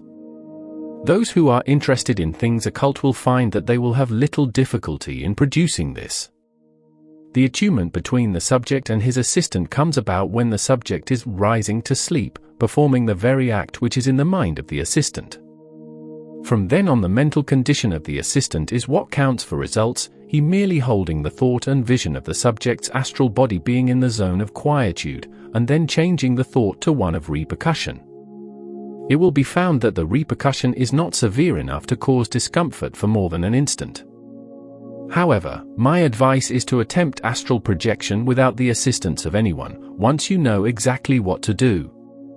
When you do this, you develop a stronger self-control, a sort of self-mastery over the situation, and will not be influenced by the conscious or unconscious thoughts transmitted from the minds of others. I have always found it difficult to project when there were others near me.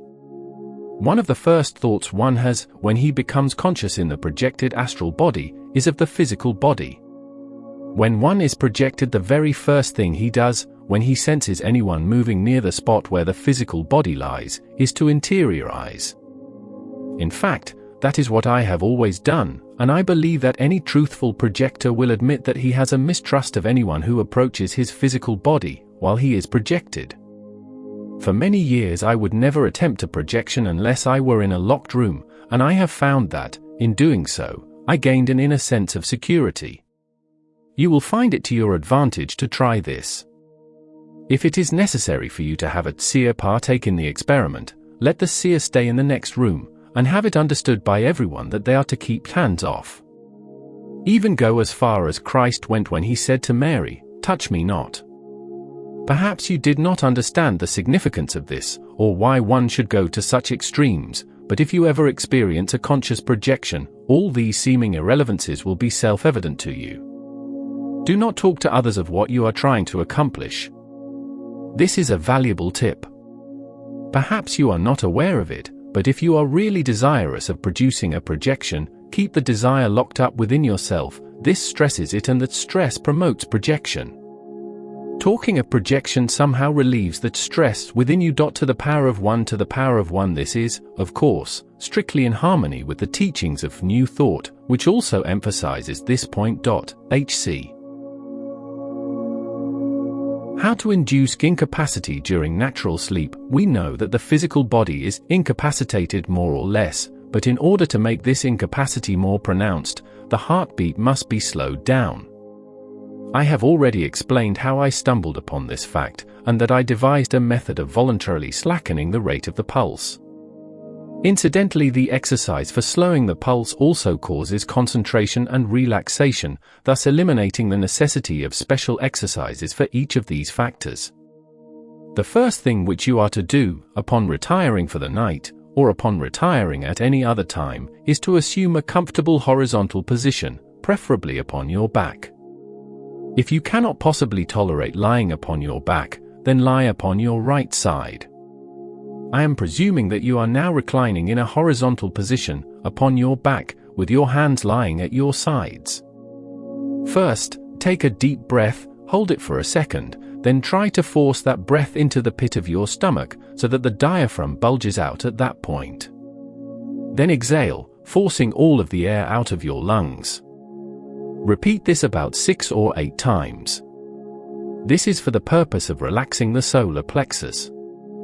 A word of advice, in this connection, from Mr. Carrington's book on yoga will fit in nicely here. It is very essential to feel the relaxation of the solar plexus so that you can consciously feel that it opens like a flower, just below the spot where the ribs divide.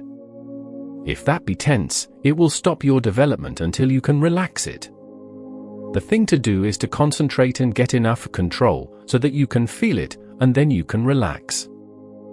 The plexus itself is like a great octopus. It is the biggest nerve center in the body, aside from the brain, and is the ruler of the sympathetic system, the digestive and other vegetative functions. So, for that reason, the stomach should not be full when these yoga exercises are undertaken, because it would press against the plexus and against the heart.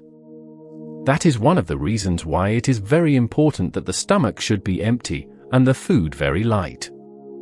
Next, close your eyes and picture yourself in your mind. Now, starting at the top of your head, think of your scalp and try to move it by tensing the proper muscles.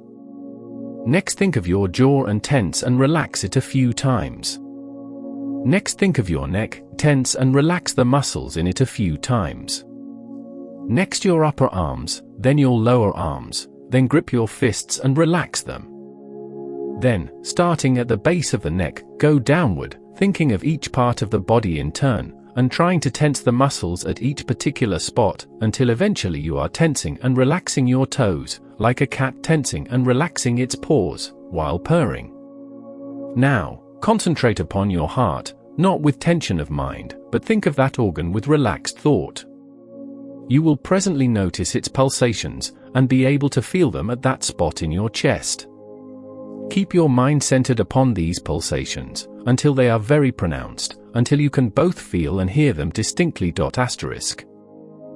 These are the same pulsations which you feel in the back of your head, when you are projected and within chord activity range, and they are, in fact, the only genuine physical feelings you possess, while projected, unless you feel the weight of the bed covering over you, etc. That is, when within chord activity range, a duplicate sensation permits the pulsations to be felt, as they are in the physical counterpart, and as you can now feel them by concentration upon your heartbeat. The easiest way is to lie upon the left side, but not the preferable way. After you have acquired the ability to lie still, and both feel and hear your heartbeat within your chest, which you will, no doubt, acquire in 1 or 2 trials, your next step is to be able to feel and hear the pulsations in any part of your body by concentrating upon that particular spot. I am now assuming that you are lying according to my instructions, and while in a relaxed condition of mind can both feel and hear your heart pulsations. Listen to them, the pulsations, closely. They are going thump, thump, thump, thump. Now shift your center of concentration to your neck. You can feel your heart beating in your neck, thump, thump, thump. Now that you can feel the pulsations in your neck, shift your thought to your cheeks and you will soon feel them there. Just as soon as you have pronounced pulsations in your cheeks, then go to the top of your head and center your thought on that steady thump, thump, thump. Now you feel them there. Now that you can feel the pulsations in your scalp, shift your thought back again, over each particular spot, the cheeks, the neck, the chest, and keep on going downward. Now you can feel them in the pit of your stomach.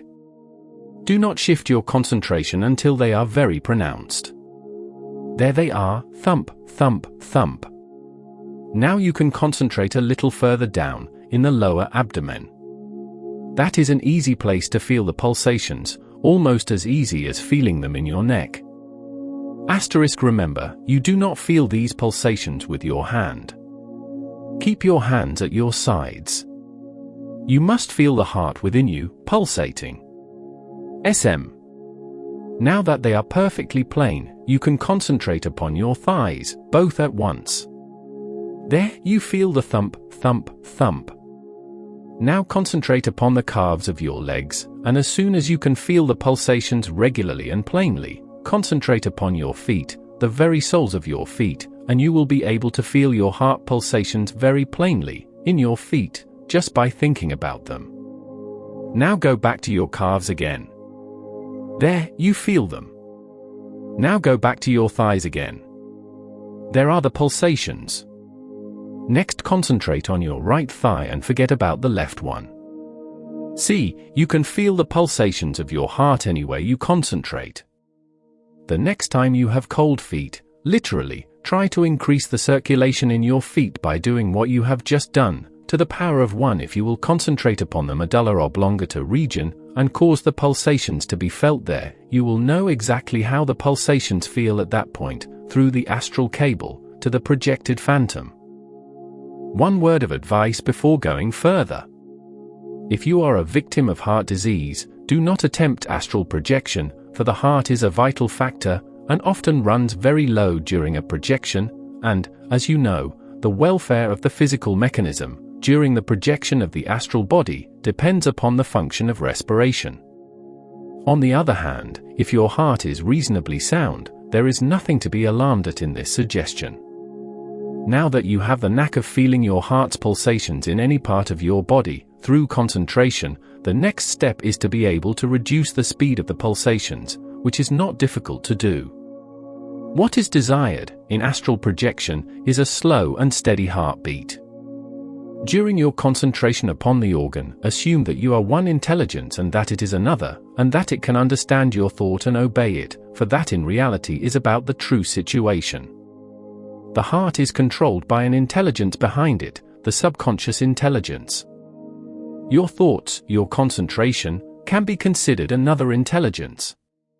So, if you desire to decrease or increase the speed of the heart, assume that it is governed by intelligence. Perhaps you have tried to drive thoughts or directions into your subconscious mind, and have afterwards said to yourself, "How do I know whether or not my suggestions convince the innate intelligence?" Well, with your heart, you can tell. If you concentrate upon it, thinking that it is beating slower and slower, or faster and faster, as the case may be, and it obeys your suggestion, then you know that your suggestion has reached the controlling intelligence.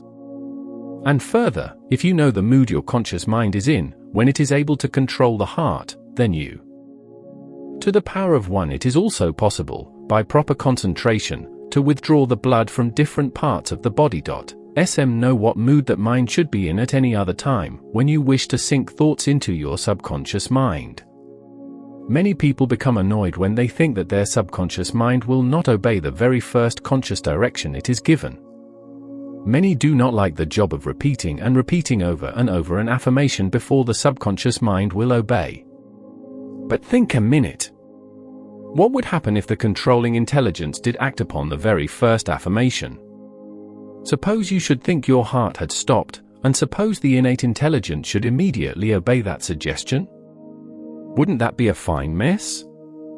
Fortunately, the subconscious mind is not so easily controlled, yet it is not very difficult to persuade it to slacken or speed up the heartbeat. To resume, we are now supposing that you are lying upon your back, relaxed, with your arms at your sides, and that you have acquired the ability to feel your heart's pulsations in any part of your body. Now you are concentrating upon your heart again, and if it is not steady you are to tell it, in your mind, that it is steady, and you are to catch the rhythm of the proper beat, and beat time in your mind, concentrating upon the thump of the heart at the proper rhythm. Keep this exercise up until your heart is beating steadily. Now, if it had before been unsteady, and you have steadied it, or if it be naturally steady and healthy, you are now ready to concentrate upon a slower beat. Think only of these pulsations. Concentrate upon these pulsations, which you feel in your chest, in your heart. Beat time to them in your mind, even allowing your head to move slightly at each beat, if it be inclined to. After keeping up this true rhythm for several minutes, begin beating time, in your mind, just a little slower, thinking that the heart is beating a little more slowly. Do not stop concentrating in order to determine whether or not the heart is obeying your suggestion, for you will be able to know this fact in your mind. Continue your concentration, in this manner, until you have the heart beating at the speed at which you wish it to beat. This is not nearly as difficult to accomplish as you might think, and most people, without a doubt, will be enabled to do this after a very few trials. One cannot say definitely how slowly the heart should beat in order to induce a fair degree of physical incapacity. You will recall that my heartbeat, when experiencing projections regularly, was 42 pulsations per minute. This speed could never be considered dangerously slow, and yet it brought about passivity of the physical to an unusual degree. Of course, the pulsations of the heart usually are less per minute while we are asleep than when we are awake, so that if my heart were beating at 42 per minute while awake, it must have been considerably slower while I was asleep.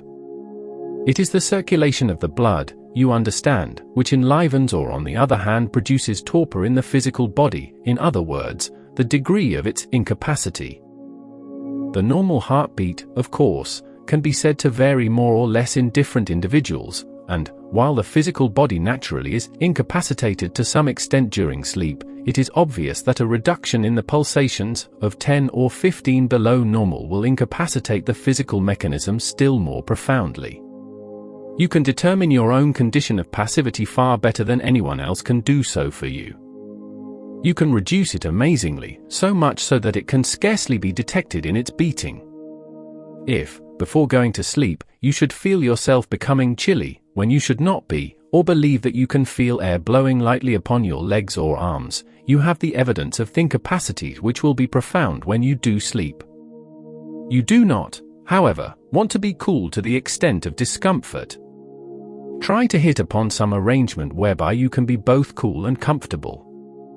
On the other hand, if you do not fancy the slow heart idea, and would prefer to try the experiment with the usual degree of passivity you possess during sleep, with a normal heartbeat, you can do so and still not be immune to success, for, as you know, many projections take place in this degree of physical calm.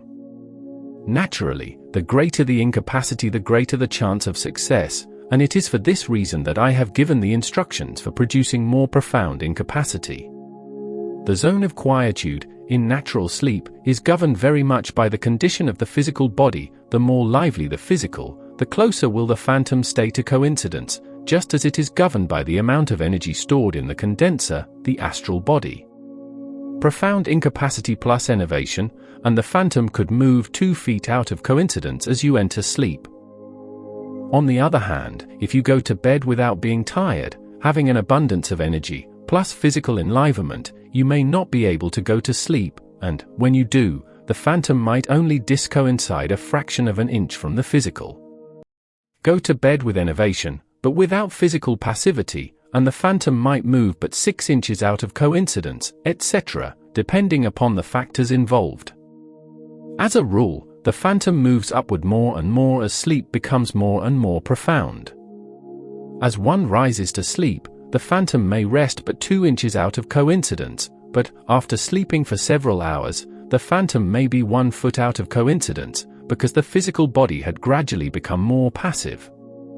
Most projections take place after the subject has slept for several hours, for this reason.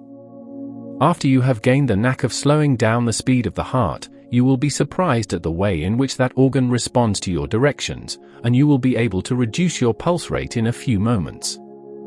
After you have practiced the exercise and can control the organ at will, then do this. Speak to the heart.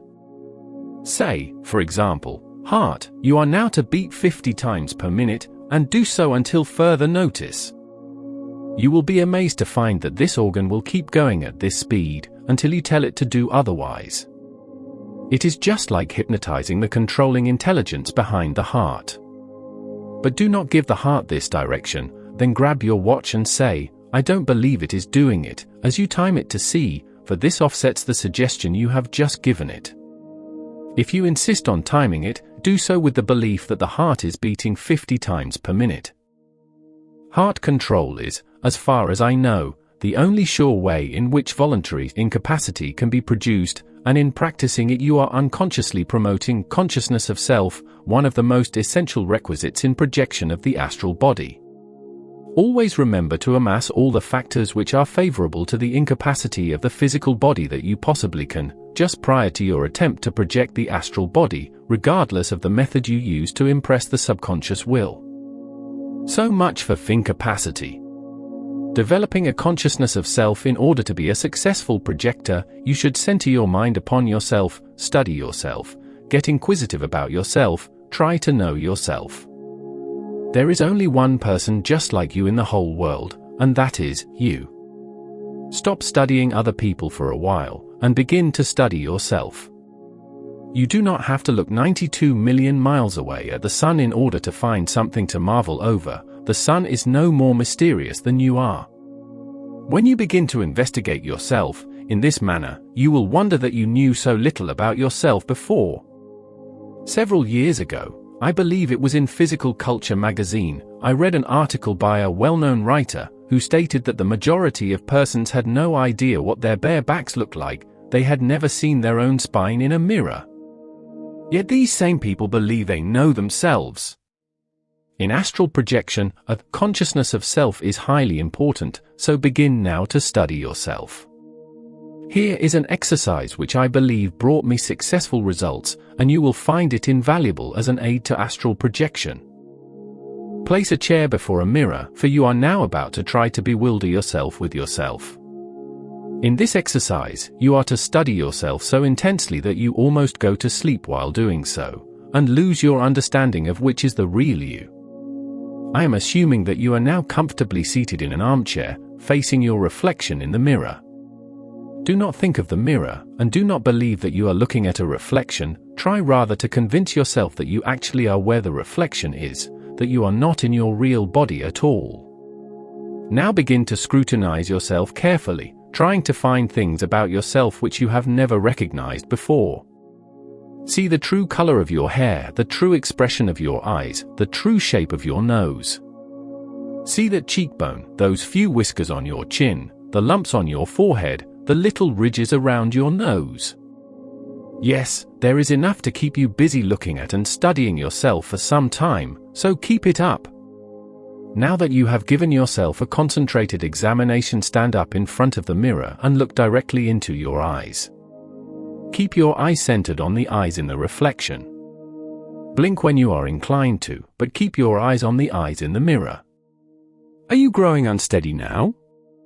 Are you swaying slightly from side to side? That is what you should do. Now sit down again in the chair and gaze directly into the eyes in the mirror, keeping your stare concentrated upon those eyes. As you do this, repeat your own name over and over, distinctly and monotonously. This has a very subtle effect upon the mind. If, after a while, your eyes seem to be getting dim or misty, Do not let this distract your attention, but keep everlastingly gazing into your own eyes. In your mind, you are to believe that the reflection in the mirror is the real you. You are not to remember the fact that you are sitting in the chair, believe only that the real you is the reflection in the mirror. You are seeing yourself, but the real you is in the mirror. Try to go to sleep with this in mind, and with your eyes centered upon the eyes in the mirror. This delusion of self rattles the astral body, for it puts the idea in the subconscious mind that the reflection is the real you, and after you go to sleep the suggestion to that effect is often strong enough to possess the subconscious will to move the astral body over to the place where the innate mind thinks you really are. Remember, it makes no difference how true the suggestion coming from the subconscious mind really is. If the mind is deluded by the belief that you are at the spot shown in the reflection, it impresses the subconscious will to that effect. You can try this at night if you wish to, intending to go to sleep in the chair, or you can practice the exercise until you are dog-tired, then jump into bed and go to sleep at once, keeping the vision in mind. Needless to say, in this exercise, you are to use your own eyes, in the mirror, as you would a crystal ball.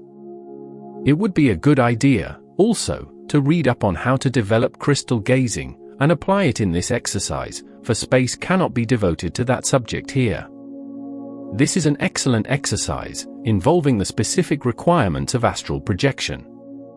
Dynamization of projection. One of the strongest aids to projection of the astral body is realization of astral body phenomena, that is, an understanding of the true facts of the actions of the astral body, the causes for these actions, etc.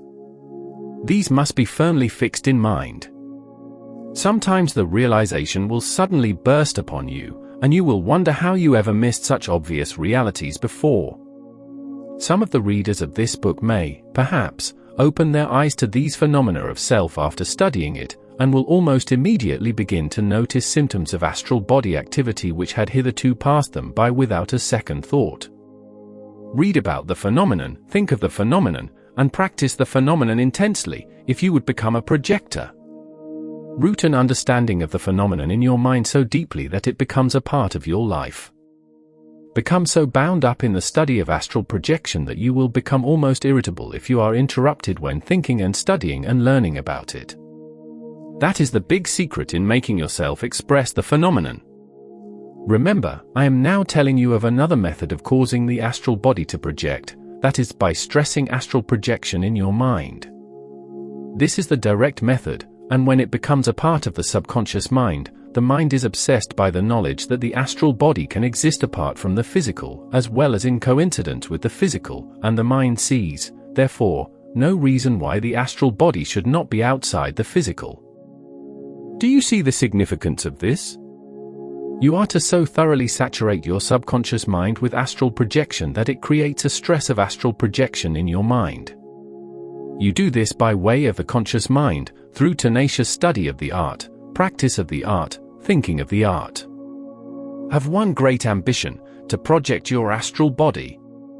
Become wrapped up in this one ambition, and you are not only creating a strong desire, which the subconscious mind, which now knows all about projection, tries to appease, but you are creating a tenacious habit, and will often begin to dream of the phenomenon. This will be especially probable if you go to bed reading about it, and go to sleep with it in your mind. Mark this, if you ever begin to dream of astral projection, that is, dream that your astral body can and does do these things, you are positively sure to experience a projection of the astral body. How could you have dreamed of the actual phenomenon until now, for you did not fully understand it? Perhaps you never knew you possessed an astral body. But now you can saturate your mind so thoroughly with the understanding of the phase that you have a clear vision of it and can become so profoundly interested in the matter that it will be a part of your very life, and you can dream about it. I know, positively, that dreaming of astral projection will cause the projection of the astral body. Even a dream of projection, brought about by the fear of projection, will pull out the dream body. I shall now explain how fear exerts both a negative and positive effect upon projection, depending upon the circumstances under which the fear manifests. When I first experienced conscious projection of the astral body, I'll admit, I used to be afraid, not during the projection, that is the strange part, but before going to sleep. The wonder of it gripped my mind beyond words, gripped me more than anything else ever gripped me. I somehow conceived the idea, mostly as the result of hearing others tell about it, that fiends, murderers, and all sorts of devils lurked on the astral plane, waiting to get into people. One prominent spiritualist informed me that some devil might influence me while projected, or that he might get into my physical body and prevent me from getting back into it again. I admit that I was frightened, so frightened at first that I was afraid to go to sleep at night. I had the whole phenomenon firmly fixed in my mind, and would always begin to think of it, to vision it, just as soon as I went to bed, because of my fear that I should project and would be apprehended by some astral monster. And what did this fear do? It made me project all the more, for my mind was so saturated by the knowledge of what took place, and intensified by fear which externalized my neuric energy, as it does everyone else's, making me still more subject to extensive separations, that no sooner would I fall asleep than I would be dreaming of projection. And every single time the astral body would be pulled out by the suggestion coming from my mind. Many times I would become conscious, emerging from the dream state, and many times I would merely dream the action out, with the body participating. Repercussions were a nightly occurrence. But the fact which baffled me the most was this: why was I so terribly frightened when in the physical, or when first awakening within chord activity range, which would cause repercussion, while, when free, that is, when waking outside chord activity range, I would have no fear whatever? This was one of the observations that impressed me the most forcibly, why the fear disappeared. It was like a player before a football game, or a prizefighter before the fight began, dreadfully fearful and nervous, but suddenly losing all fear and becoming composed. Yet that was the way I experienced it. 1 After a while I became so accustomed to projection that I began really to like it. The devils and astral fiends did not seem to be so concerned about me after all, and they were not, so far as I could see, when I did happen to see anyone very different from the people I had always known. As the fear of projection left me, I noticed that the projections themselves began to occur less often. And as desire replaced the fear, I again noticed that I was becoming more subject to them. I now know that fear and desire produce the same effect in the subconscious mind, carrying the suggestion of astral projection into sleep, or bursting forth in the mind while one sleeps. My subconscious mind had been fairly saturated with the knowledge of what my astral body could do, and by the desire to do it. And that is how you too can develop yourself. Simply dynamize the subconscious mind with the true knowledge of, and desire for, astral projection. With your mind so dynamized, go to sleep. You can saturate the subconscious mind with this knowledge and desire by way of the conscious, think projection, practice projection, and read of projection over and over again. Go to sleep reading about it. Concentrate on going to sleep, on the route which the phantom will take when projected. This latter statement is very important, and I have found that once the mind is dynamized, it is one of the best possible forces tending toward success. But you could not have done this before, for no one had ever before told you the route which the phantom invariably takes in projecting, until you read it in this book. Henceforth, whenever dynamization of projection is mentioned, it simply means the saturation of the subconscious mind with the knowledge of and desire for projection of the astral body. And you cause this saturation of the subconscious mind by way of the conscious mind, the conscious will. What is a will? What is the conscious will, you may ask? Allow me to quote C. Franklin Leavitt: "A lot of nonsense has been written about the cultivation of the will. Most books on the subject get a person nowhere, for they do not explain the process of willing. We have a habit of thinking that to will means making oneself do something, getting into action, effort. It does mean making oneself do something. It means getting into action, mentally. It means effort of the attention. The reader can rest assured that the actual projection of the astral body is anything but what the imagination believes it to be. It is the suspense in the mind which is unpleasant, not the actual projection. No doubt this is true of permanent projection, death, Also.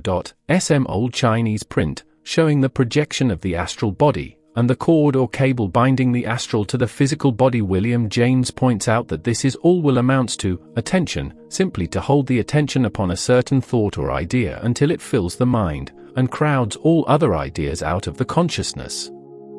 You will have little trouble making yourself do a certain thing, if no other idea is allowed to stay in your mind. For the ideas which impel one to action are those which dominate the consciousness, those which possess the attention. Think resolutely and determinedly. Make plans for carrying your thoughts into action. Concentrate. Shut out all opposing thoughts. In time you will find yourself acting in accordance with these thoughts. After you have acquired this dynamization of projection, after you have your subconscious mind completely saturated with the knowledge of and the desire for projection of the astral body, then your hardest task is over. But remember, above everything else, that your mind must be dominated by this knowledge of and desire for that which you seek, then the stress of it stays at the surface of that mind, while you sleep.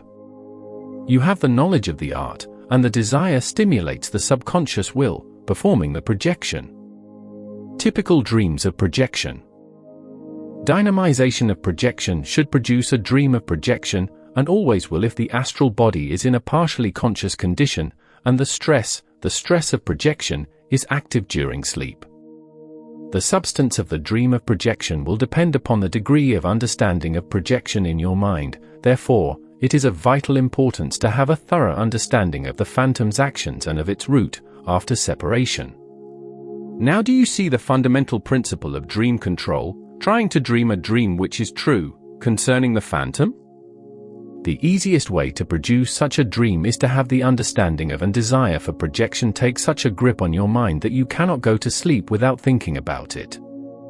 Then, when you do go to sleep, the stress is still there. It is that stress which does the business. The stress in this case consists in suggesting the very thing you are trying to accomplish. You will remember that I stated that dream control was the easiest method of projecting the astral body. Now I am telling you that dynamization of projection is the easiest method of dream control, for the dynamization of a desire for a knowledge of the astral body's movement will produce the proper dream. For many years my mind was completely dynamized with projection. In fact, I could think of nothing but projection of the astral body, and I would have dream after dream, night after night, that I was projecting in the astral body, and in many of these dreams I would become conscious while projected. In the dream of projection, I would sometimes dream that I was lying horizontal just above my body, even knowing in the dream that I was dreaming. That is the difficult thing to comprehend, and then I would dream of moving over the route which the phantom actually takes on projecting.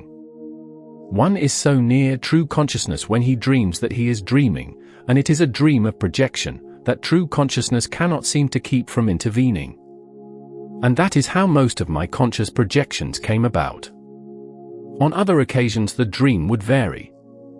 Instead of dreaming that I was rising in the astral body, I seemed to be standing to one side, watching the astral body project, and then, after a while, I would get into the astral body, sometimes continuing to dream of being there and sometimes actually awakening in it. There are several possible, though purely theoretic, explanations which I might advance to account for this. Thus, I once noticed that the instant I dreamed of getting into the already projected astral body, I became conscious in that body. Keep in mind that consciousness withdraws from the astral body when unconsciousness is produced. It is not the astral body's withdrawal from the physical body which causes unconsciousness. Never! For the astral body can be conscious outside the physical body, and the astral body can be unconscious outside the physical body, and the astral body can be unconscious within the physical body. Because the astral body moves into the zone of quietude during sleep, this does not in any sense denote that the astral body's withdrawal is the cause of unconsciousness.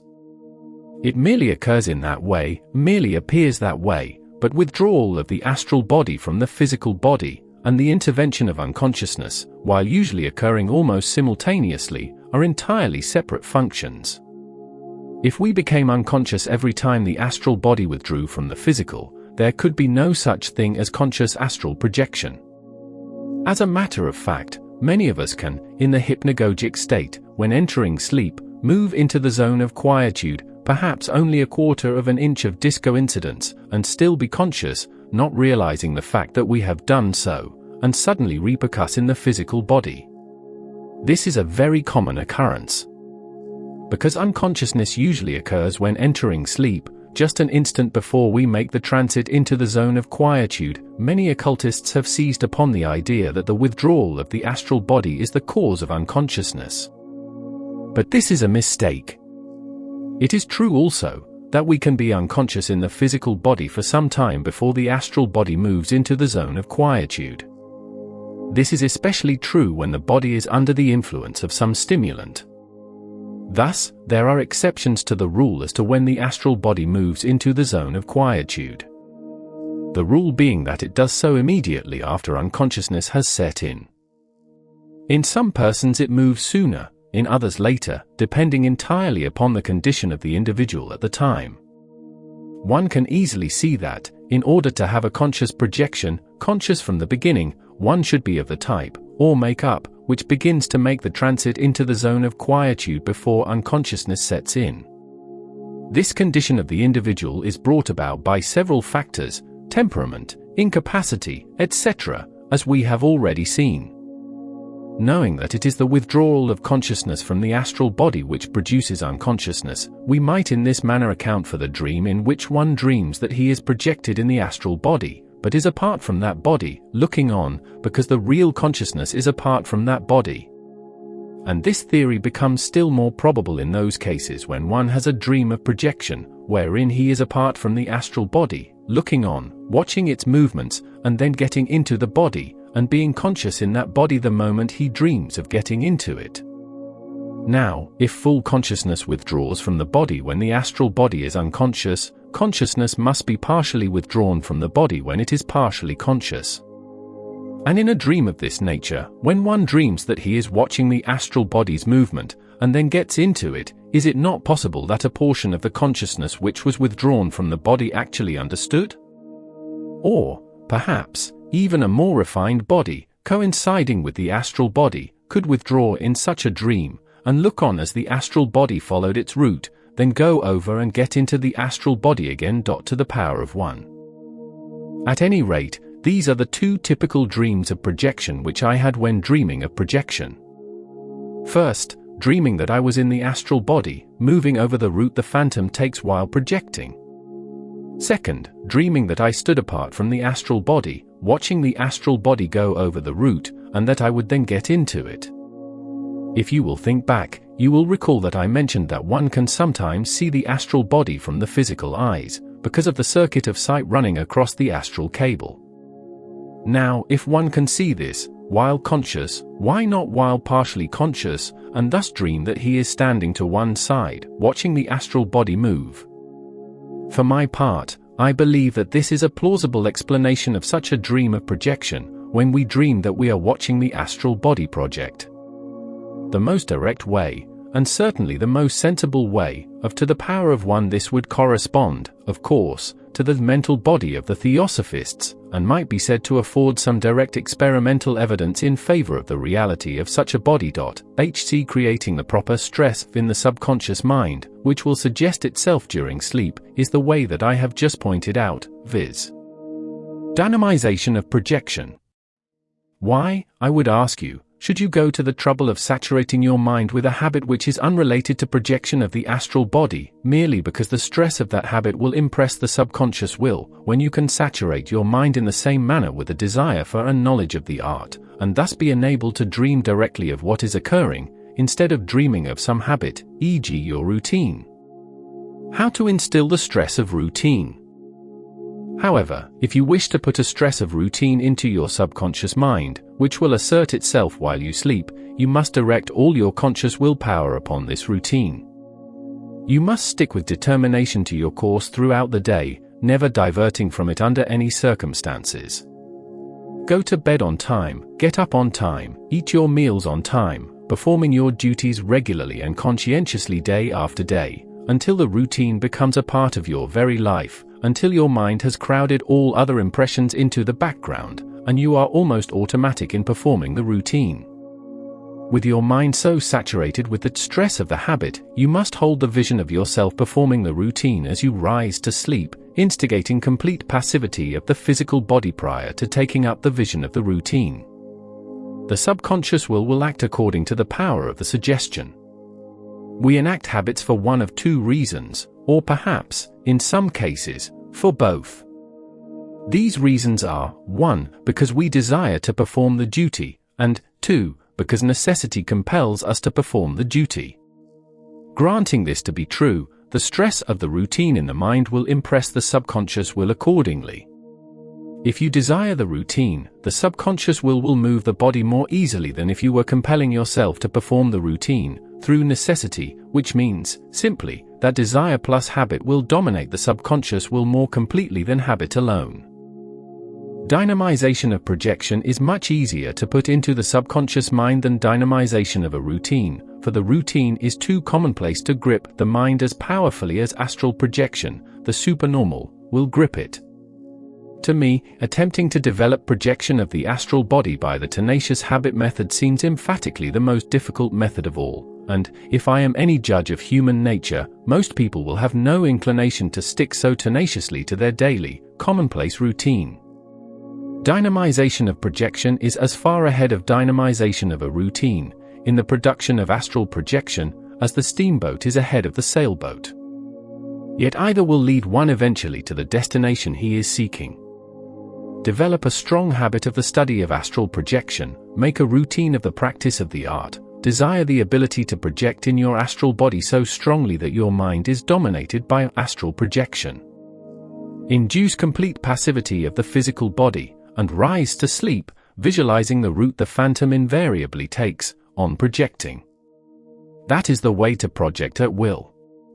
You may think it pretty difficult to project the astral body, after all, but when you stop to think that the very causes of astral projection come about unknowingly at times, it should convince you that to instigate these causes intentionally should not be such an exacting task, after all. How to instill the stress of thirst.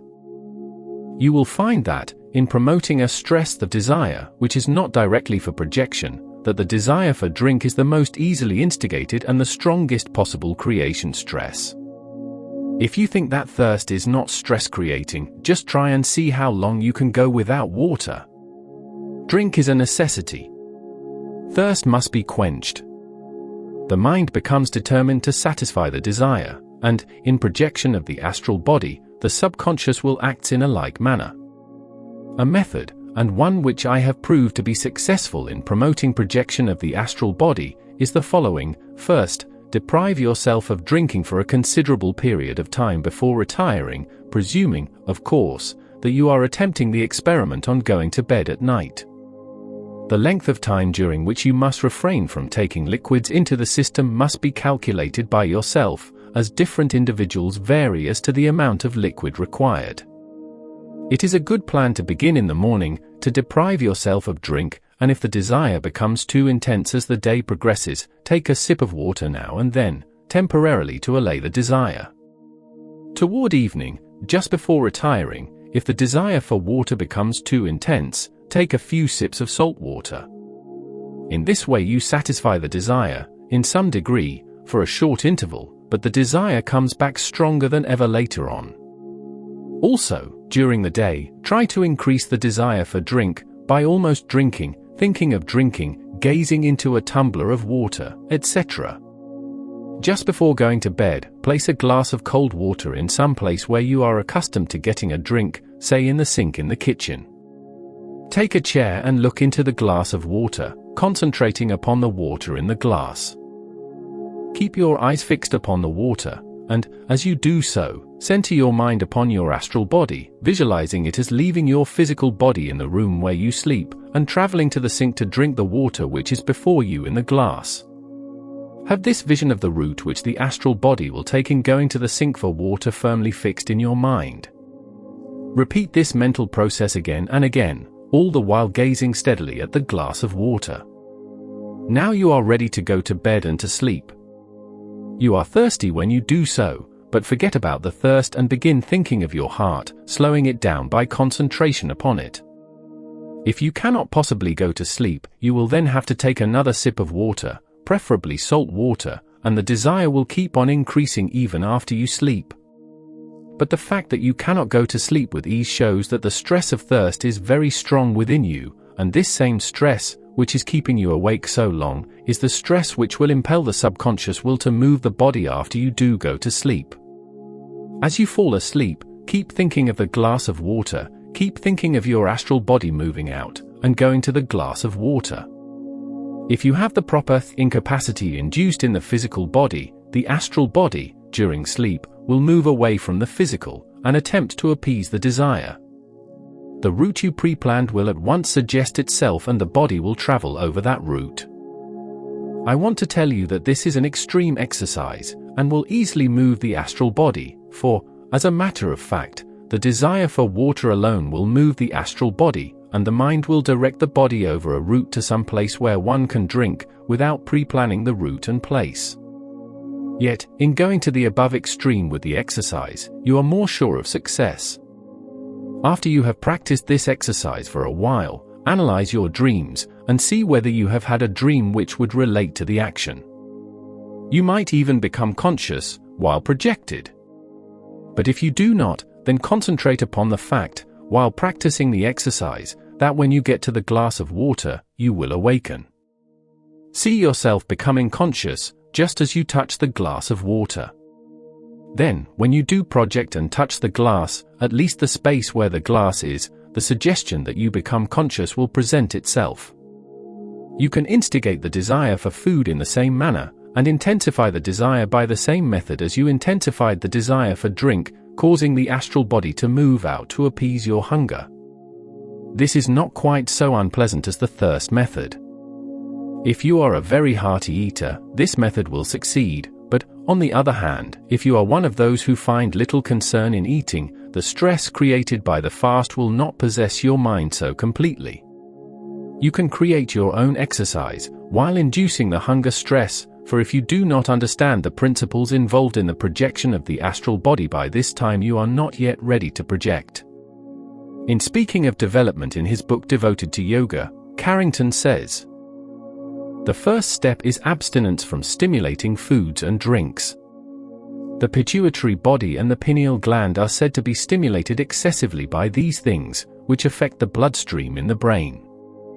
This is one thing, too, which you must always keep in mind when attempting to develop astral projection, for stimulating drinks and foods work against incapacity of the physical body.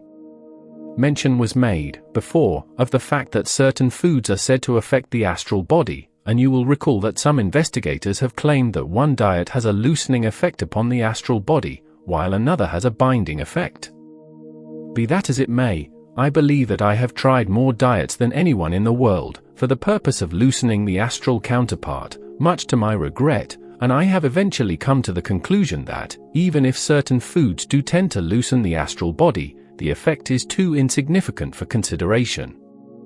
It is the stress in the mind which moves out the body, and no food at all is the way to create the proper stress.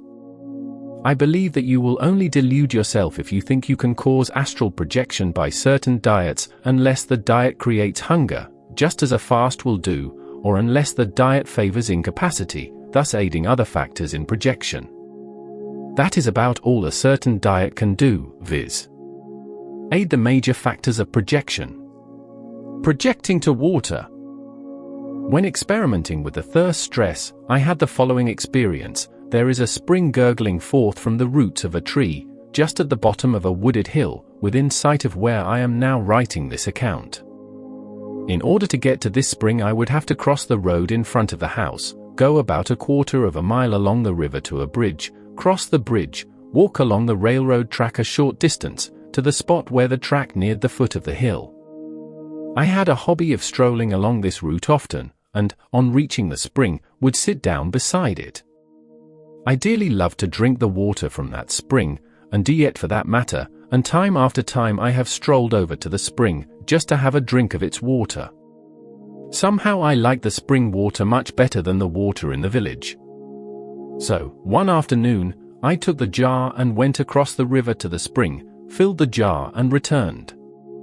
That night I placed a tumblerful of the water in the sink, where I always drink when at home, and gazed at it for about 20 minutes before going to bed. I expected to project to the sink and the water.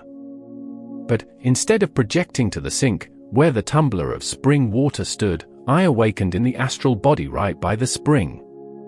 The astral body had passed the sink, passed the river, and stopped at the spring, across the river. No dream preceded the awakening this time, as is usually the case. I just awoke suddenly, to find myself at that spot. Allow me to say that it is always desirable to have some dream precede the awakening, for unless it does so, one becomes agitated for a time. The dream allows consciousness to come on gradually. Chapter 12.